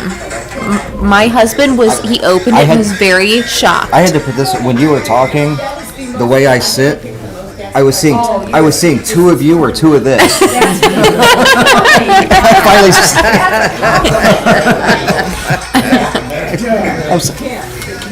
here's my angle. All right, we're going to begin in about 30 seconds. Is that a Yeah. wedding? It's just our angles This is here. why I It's have like, zero culture in my blood or my family. Yes. We have no good get-togethers. Why do you want to see him anyway? We have nothing like that. They are when going I to told her, read. when she was talking, I was looking at her, the way this was. I mean, I'm Because it's I'm missing out. I just I was asked. either saying Every two time of I you or see two of someone this. Because that's what I got from from that another discussion. culture, it makes me so sad. Mrs. Fry. Was it amazing? Ms. Fry. One last time, just to It confirm. makes me so sad. Ordinance 70-69. No, 70 and 71. That is going. Yeah. One reading, 70 and Because think 71. about like just What it how much was fun they patience. have with each other. Another reading. No, I mentioned that we were a vote, and Bill. And he said 2 readings. And they have the funnest time, I'm sure. So we are sticking with the one. So it's right on. She saw All right. Please ensure your cell phones are off or on silent. Council members, ensure your microphones are turned on. Today is May 23, 2022. It is 7:30 p.m. This is a regular legislative meeting of Barberton City Council. I call this meeting to order at 7:30 p.m. Please stand for the Pledge of Allegiance, followed by invocation from Mrs. Bailey. I pledge allegiance to the flag Of the United States of America and to the republic for which it stands, one nation, under God, indivisible, with liberty and justice for all. Gracious Heavenly Father and God, as we come together this evening, guide our thoughts and actions to be a positive force for our community. Help us to put aside our differences and work together for the common good and betterment of Barberton. Bless us as we move forward towards a brighter future for our town. We ask you to watch over, protect, and bless our first responders and our military. Thank you, Father, for the blessing of freedom. We ask these things in Jesus' precious name. Amen. Amen. Thank you, Mrs. Bailey. Clerk, please call the roll. President Gear, Present. Mr. Heidick, Here. Mrs. Thompson, Here. Mrs. Bailey, Here. Mrs. Angela, Here. Mr. Griffin, Here. Mr. Tabor, Here. Mrs. Coburn, is absent, Mrs. Frye. Here. Thank you. Approval of the minutes of the regular legislative meeting held on Monday, May 9th, 2022, as presented. Mr. Heidick. Thank you, Mr. President. I will motion for the approval of the minutes of the regular legislative meeting held on Monday, May 9th, 2022, as presented. Thank you. Ms. Thompson. Thank you, Mr. President. I second Mr. Heidick's motion to approve the minutes as presented. Thank you. It was moved by Mr. Heidick and seconded by Mrs. Thompson to approve the minutes of the regular legislative meeting held Monday, May 9th, 2022, as presented. Are there any remarks? All those in favor signify by saying aye. Aye. Opposed? Minutes are adopted. Approval of the minutes for the first executive session held on Monday, May 16th, 2022, as presented. Mr. Heidick? Thank you, Mr. President. I motion for the approval of the minutes of the first executive session held on Monday, May 16th, 2022, as presented. Thank you. Mrs. Thompson? Thank you, Mr. President. I second Mr. Heidick's motion to approve the minutes as presented. Thank you. It was moved by Mr. Heidick and seconded by Mrs. Thompson to approve the minutes of the first executive session held on Monday, May 16th, 2022, as presented. Are there any remarks?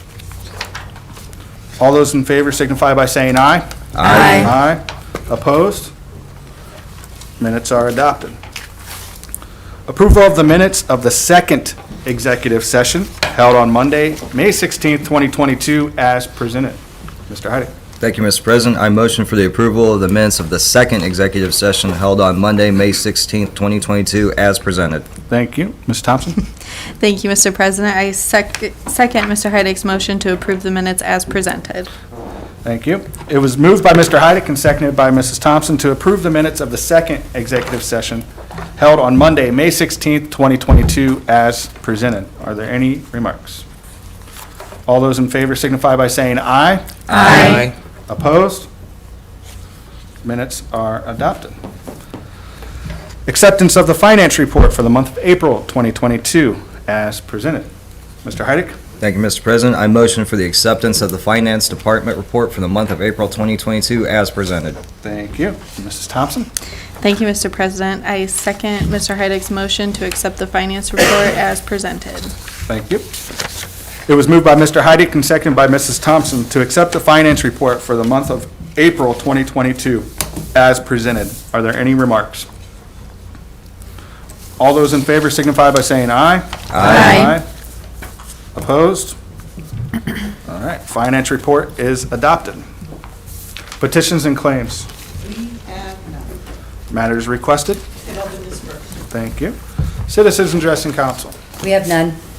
Thank you, Mrs. Angela. First readings of ordinances and resolutions. Ordinance number 65-2022, presented by Mr. Heidick. Title, Tax Increment Financing, TIP.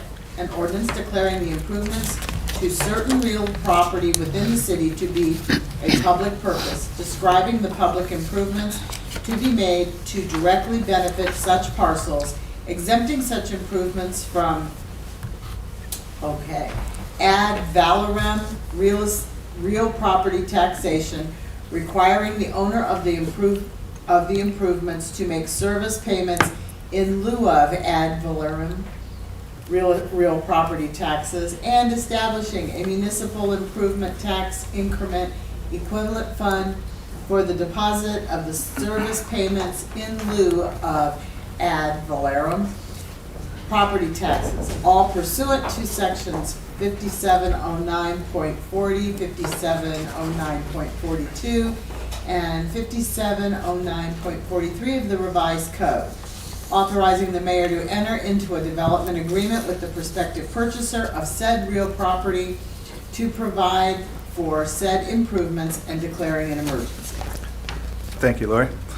Motion to suspend. Mr. Heidick? Thank you, Mr. President. I move that the rules required by Section 5.10 of the Barberton City Charter be suspended. Thank you. Mrs. Thompson? Thank you, Mr. President. I would like to second Mr. Heidick's motion on suspension. Thank you.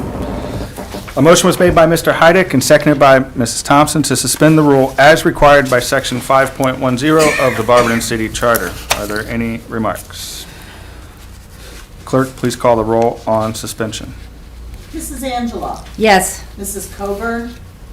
Mrs. Thompson? Yes. Mrs. Fry? Yes. Mrs. Bailey? Yes. Mr. Griffin? Yes. Mr. Heidick? Yes. Mr. Jaber? Yes. Thank you. Motion to adopt. Mr. Heidick?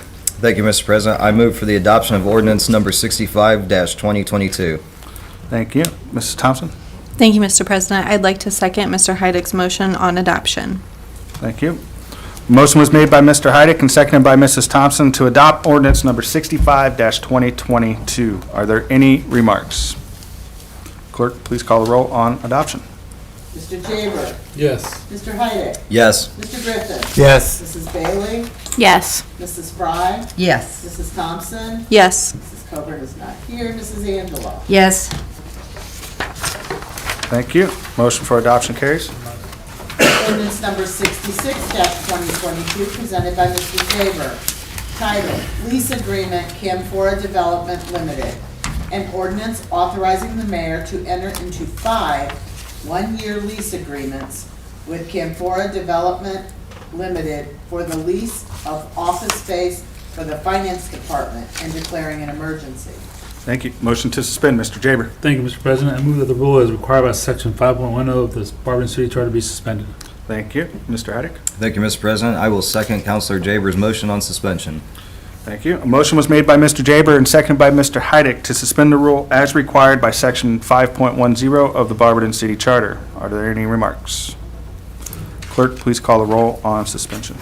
Mrs. Bailey? Yes. Mrs. Fry? Yes. Mrs. Angela? Yes. Mr. Heidick? Yes. Mr. Jaber? Yes. Mrs. Thompson? Yes. Mr. Griffin? Yes.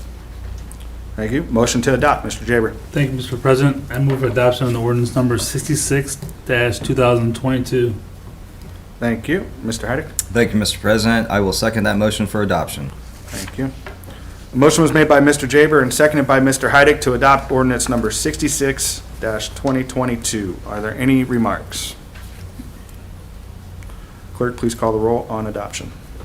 Mr. Griffin? Yes. Mrs. Thompson? Yes. Mr. Jaber? Yes. Mr. Heidick? Yes. Mrs. Angela? Yes. Mrs. Fry? Yes. Mrs. Bailey? Yes. Thank you. Motion for adoption carries. Ordinance number 67-2022, presented by Mr. Heidick. Title, Reimbursement American Rescue Plan Grant Fund. An ordinance reimbursing the general fund for the governmental services in the amount of $9,760,503 from the American Rescue Plan Grant Fund and declaring an emergency. Thank you. Motion to suspend, Mr. Heidick.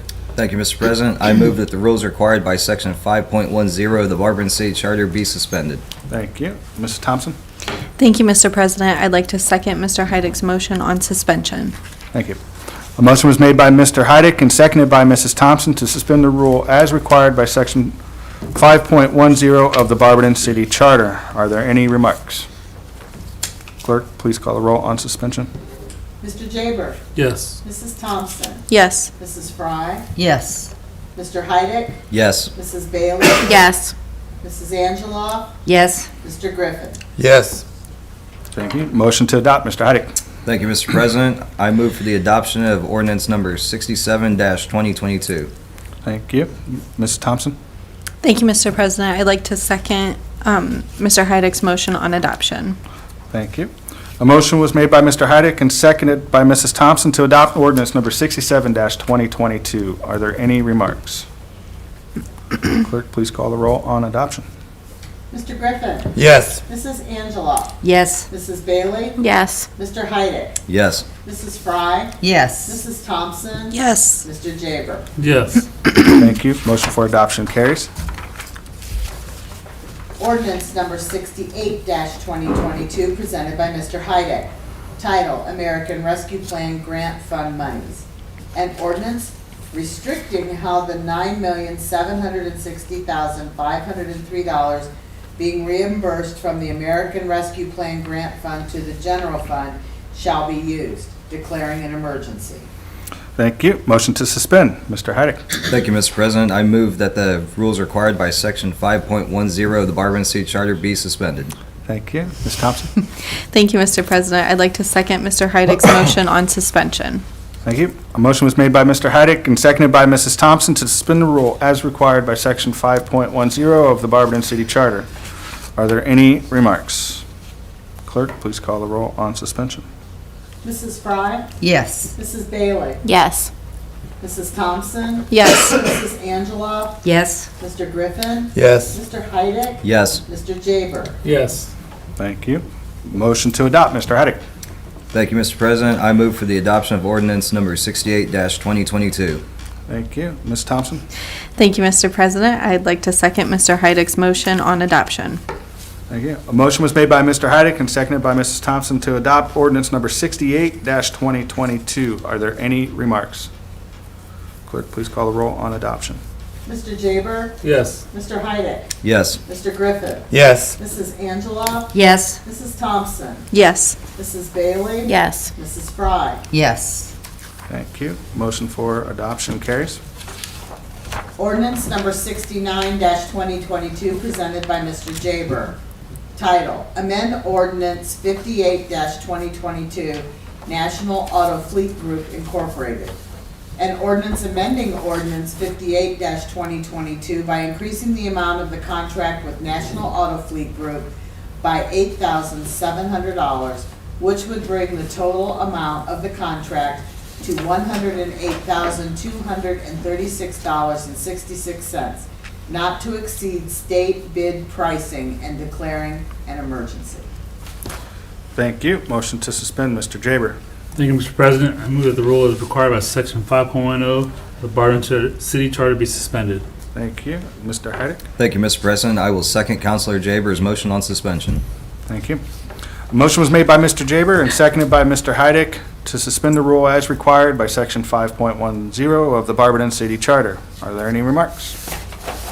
Clerk, please call the roll on suspension. Mr. Heidick? Yes.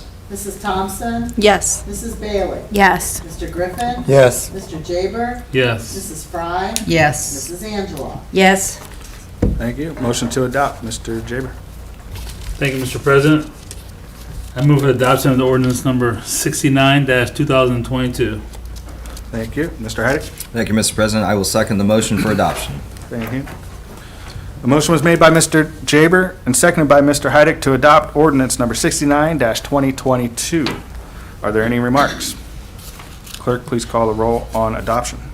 Mrs. Angela? Yes. Mrs. Fry? Yes. Mr. Jaber? Yes. Mr. Griffin? Yes. Mrs. Bailey? Yes. Mrs. Thompson? Yes. Mr. Heidick? Yes. Thank you. Motion for adoption carries. Ordinance number 70-2022, presented by Mrs. Fry and Mr. Heidick. Title, adopting the OPBA Police Officers Agreement.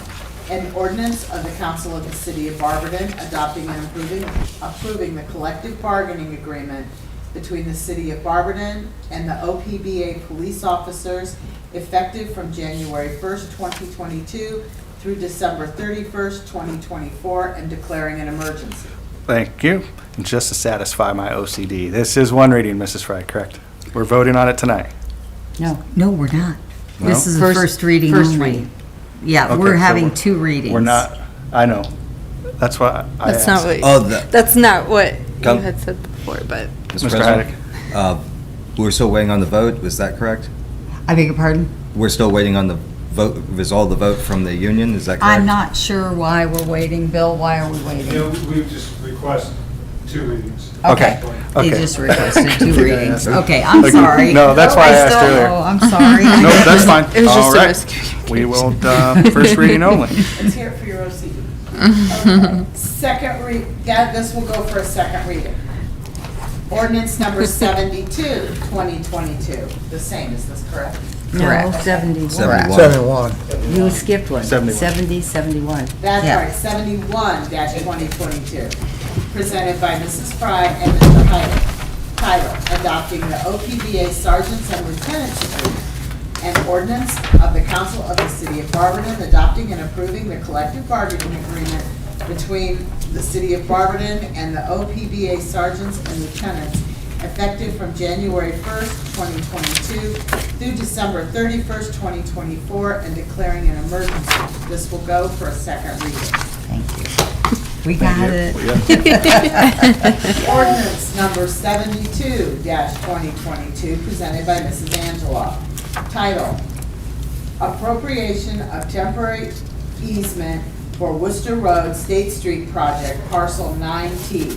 An ordinance appropriating a temporary construction easement on certain property owned by ARPCPLS Barberton, Ohio, LLC for the purpose of making or repairing roads which are open to the public without charge, authorizing the appropriation of funds for deposit with the clerk of courts, and authorizing the city law director and/or her designee to file a petition for appropriation in the Court of Common Pleas, Probate Division, Summit County, Ohio, and declaring an emergency. Thank you. Motion to suspend, Mrs. Angela. Thank you, Mr. President. I move that the rule as required by Section 5.10 of the Barberton City Charter be suspended. Thank you. Mrs. Bailey? Thank you, Mr. President. I would like to second Mrs. Angeloff's motion on suspension. Thank you. A motion was made by Mrs. Angeloff and seconded by Mrs. Bailey to suspend the rule as required by Section 5.10 of the Barberton City Charter. Are there any remarks? Clerk, please call the roll on suspension. Mr. Griffin? Yes. Mrs. Angela? Yes. Mr. Heidick? Yes. Mr. Jaber? Yes. Mrs. Fry? Yes. Mrs. Bailey? Yes. Mrs. Thompson? Yes. Thank you. Motion to adopt, Mrs. Angela. Thank you, Mr. President. I move that ordinance number 72-2022 be adopted. Thank you. Ms. Bailey? Thank you, Mr. President. I would like to second Mrs. Angeloff's motion on adoption. Thank you. A motion was made by Mrs. Angeloff and seconded by Mrs. Bailey to adopt resolution number 72-2022. Are there any remarks? Clerk, please call the roll on adoption. Mrs. Thompson? Yes. Mrs. Coburn? No, she's not here. Mrs. Bailey? Yes. Mrs. Fry? Yes. Mr. Jaber? Yes. Mr. Heidick? Yes. Mrs. Angela? Yes. Mr. Griffin? Yes. Yes. Thank you. Motion for adoption carries. This ends the first reading. Second readings of ordinances and resolutions. We have none. Yep. Third readings of ordinances and resolutions. We have none. All right. Miscellaneous and unfinished business. I would like a motion to excuse Mrs. Coburn for this evening. Mr. Heidick? Thank you, Mr. President. I motion to excuse Councilor Coburn from tonight's legislative meeting. Thank you. Is there a second? Ms. Fry? I will second Mr. Heidick's motion to excuse Mrs. Coburn. Thank you. A motion was made by Mr. Heidick and seconded by Mrs. Fry to excuse Councilwoman Coburn from this evening's legislative meeting. All those in favor signify by saying aye. Aye. Opposed? Councilwoman Coburn is excused. Is there anything from the body? Mr. Jaber? Thank you, Mr. President. I would like to thank Mr. Don Patterson, Parks Director, for the softball tournament they had this past weekend. It brought a lot of people to the city. I mean, it was packed. All the restaurants were packed, all the stations were packed. Scoops got a lot of customers from that. Durbin's, Dairy Queen, I mean, it brought a lot of people to the city, and it was great to see. And then also thank the service department, because it got messy afterwards. You probably did. A lot of beer bottles, a lot of beer cans, there was a lot of trash. But at the end of the day, it's part of the business. I mean, it brought some money into the city, took some extra time to do it. I hate to see it was that bad. I drove by this on Sunday morning, and I drove by Monday morning. It was trash everywhere. A lot of beer bottles, a lot of beer cans. So maybe get some more trash cans out there or something, or talk to the coaches next time a little better. But besides that, it was a great turnout. And there was no violence, no fights, no police were getting, not that I know were called. And again, all the restaurants were happy. Angie's, I don't know if Green Diamond affected you guys at all. Hard to say. When Yeah. it was that hot, it was hard to say what affected it. Besides that, it was a good turnout, and hopefully keep going more at that. And everybody they were happy to see Barberton. Thank you. Mr. Heidick? Thank you, Mr. President. Having the discussion with elected pay raises, I want to thank the council, thank the body, and I want to say I'm proud of all of you. Everybody was able to express their opinions. There was no chipping, there was no anything. That is how I like to see information, debates, spirited. Nobody was interrupted once. Nobody had anything. Everybody respected each other. Anytime we have something like that, that's what I like to see. So thank you all. Thank you all in the gallery as well. Thank you, Mr. President. Mr. Jaber? I'll get piggyback after Heidick. You said the word damn twice. The word damn twice. So, I am the one that championed putting language in the council rules. Is there, Ms. Fry? That language. I wanted to thank Mr. Heidick for how he presented it, and we do have to have a lot of discussion on that. And I also wanted to thank our clerk, Lori Reese Price, for sending all of us that nice article. I finally got it Sunday. I have a horrible paper boy. I only got the paper twice last week. But anyway, that was a great article about our community, and we are going forward. We just have to figure out how we're going to pay for it. So with that, I will pass. Ms. Angeloff? Thank you. Thank you, Mr. President. Thank you, Mr. Heidick, for putting that together with the pay increases. And Mr. Jaber, I just want, I don't know if you know, but there's no drinking in the parks. So maybe everybody knows now, there's no drinking in the parks. Call back. It was great for business. I think. Really, really great. Or smoking. Yeah. All right, is there anything else from the body? Before I turn this over to the mayor, next week, we do not have council. It's going to be Memorial Day, so we will adjourn, or we will meet for the committee of the whole meeting on June 6th. If nothing else from the body, department heads, you guys have anything? All right. Mayor, the floor is yours. Thank you, Mr. President. Monthly update on the Powell Cox building development, Magic Mark. Still working on the development agreement. As I mentioned before, we did receive a notice that we are receiving $250,000 from the Ohio Department of Development for the abatement of asbestos there. So have not received the funds yet, but still working on that development agreement. So conversation about streets, and there's a lot that goes into the streets, and I always ask people when they confront me about this condition of the streets, where would we be if we didn't have issue 8? Because I sat in your seat where we did no paving for a number of years, and then, or we do very little amount of paving, and we did strip paving. So we do a strip here and a strip there, and we wouldn't do the whole street. And we said, listen, we're going to be serious about paving, then let's take it to the voters. And we did the numbers, and like I said before, even at a full percent, which would have taken us to 3% income tax, we'd still be fighting kind of an uphill battle. We obviously didn't feel comfortable going to the voters for a whole 1%. Went to a 1/4%, which got us kind of in line with some other communities. And but, we've got designated funds every year for street paving. So that's going to fluctuate a little bit, but at least there's a designated revenue source. So where would we be if we didn't have issue 8? But definitely a lot more work to do. This past Friday, we had raised over $470 for the Friends of the Library at Pregame Tavern. So thanks to everybody who came up for that. Continuing to track COVID cases. The CDC came out late yesterday and said that Lorraine and Ashtabula County here in Ohio have high levels of cases, and they're recommending that masks be worn while indoors in those counties. I have not seen anything from those counties' health departments, but this is from the CDC. And I did not see where the state of Ohio weighed in, if they did, about those 2 counties. 8 other counties in the state from the CDC are listed as medium risk, with recommendation for people with health conditions or high risk to wear a mask. So these include Cuyahoga, Erie, Geauga, Huron, Lake, Mahoning, Portage, and Trumbull, but not Summit County. So again, only saw this on the news via what CDC has come out with, not any of the county health departments or the state of Ohio health department. So obviously we're continuing to look at the numbers here in Summit County, in our area, and the dashboards, but we are seeing an increase. It's getting nicer outside. There's commencements and graduations and everything else, so people are kind of getting out. But you still see, if you go to the stores and church or gatherings, some people are still wearing masks. So I see a lot of people being cautious. If they feel ill, they still want to be out, they're wearing a mask. If they are feeling okay, they're not wearing a mask. So just, kind of use common sense and keep yourself and your family safe. But we'll keep tracking this.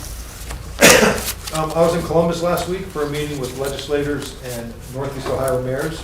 I was there in several capacities, not only obviously Mayor of Barberton, but President of the Mayor's Association of Portage, Stark, and Summit Counties this year.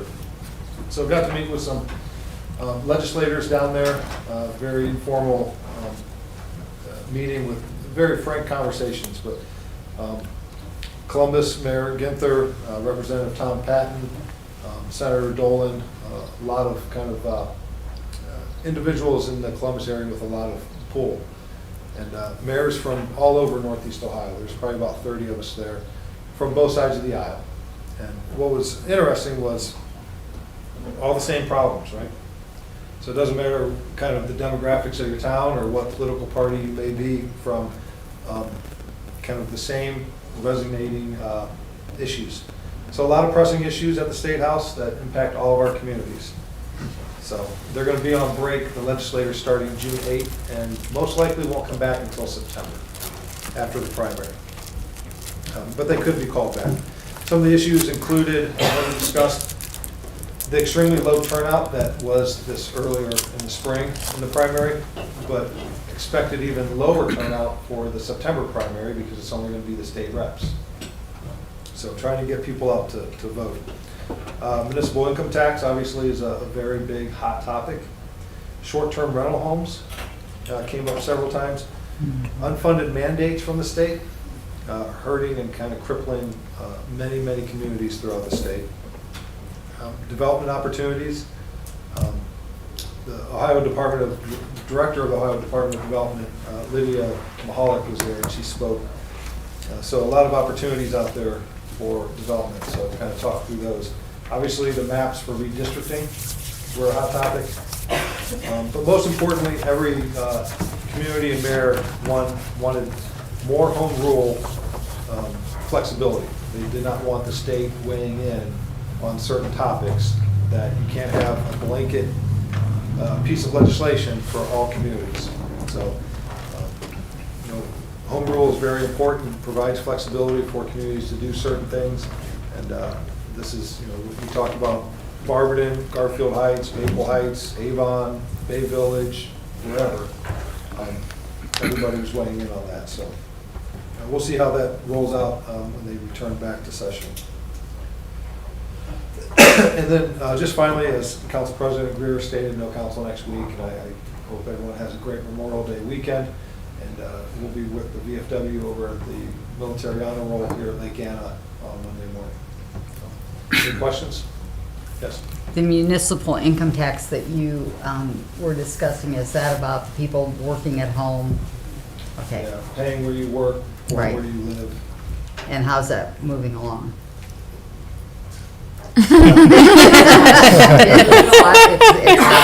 It's very interesting. I talked to one mayor, I forget the small community, he's got like 5,000 residents, but it's all retail and office. So he's got like 60,000 people there during peak times.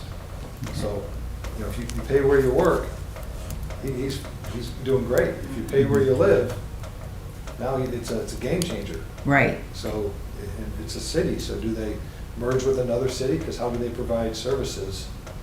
Well, what happens too to all the office buildings, like in the big communities like Akron, Cleveland, where they have all these buildings that are unoccupied now that people are staying at home. Well, and if you go to the model, right now the model is pay where you work, so everyone wants business, right? If you go to the model of pay where you live, let's get rid of all businesses in town and just get residential units. So right. What's the movement forward?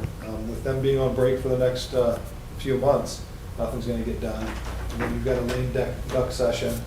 You bring in new people that start in January, starts it over again. So I want to make sure that we're covered and staying on top of this, because this could greatly impact us. So, yes.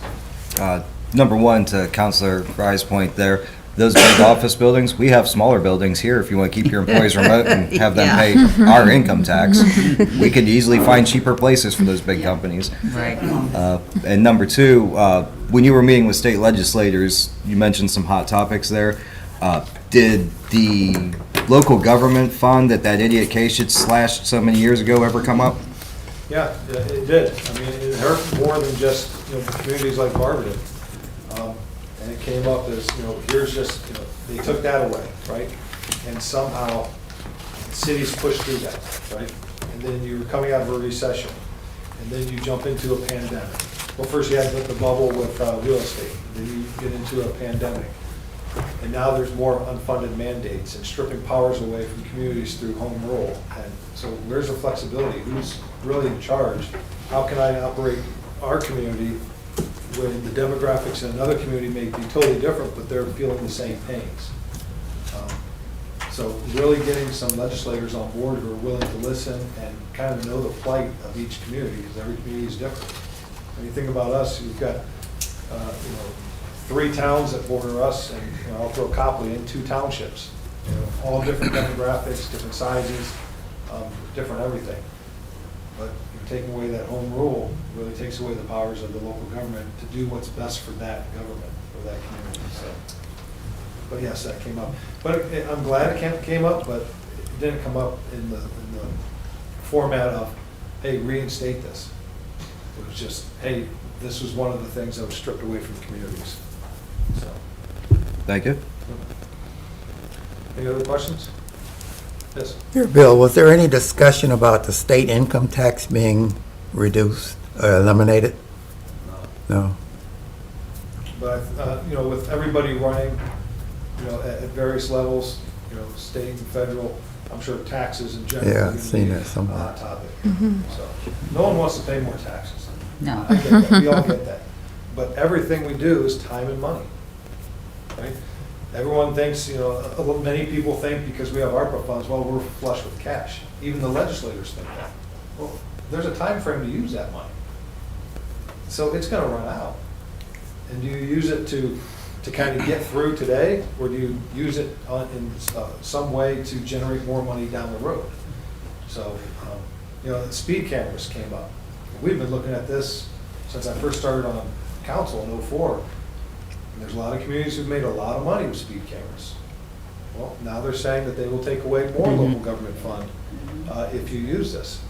So there are some communities who are doing that equation, where's that break-off point where I can generate just enough money from speed cameras not to affect my local government fund. Well, we don't want to play that game. Nothing's a money grab that we do. There's a purpose behind it. But we've been looking at that. How do we reduce accidents? Typically, you reduce speed. How do you get people to stop speeding? You hit them in the pocketbook. I got a lot of calls from people, probably about 30 calls from people who got tickets on 224, 76 when Norton had their speed cameras up. And every one of them said, I didn't realize I was speeding. You need to do this in Barberton. Well, we didn't. We have looked more closely at red light cameras in school zones, which are separate from what the state has done. How do we keep our kids safe? You look at something like, I was going to say UL Light, and excuse me for that, but Elementary East, it's on a main thoroughfare. And it's hard to believe that the main thoroughfare was a 2-lane road on East Tusk, but how do we keep the kids and the parents safe? So we may go in that direction. But what we always try to do and bring to council and have discussion about is what's best for the community that's still legal, not a money grab or anything like that. So those are some of the issues that we talked about. Anything else? All right. Oh, we could talk all night, but we won't.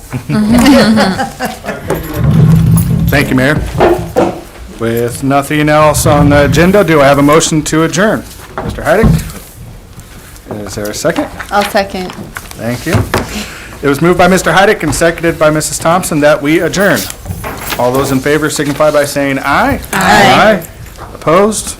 Also, this meeting is adjourned at 8:06 p.m. Thank you.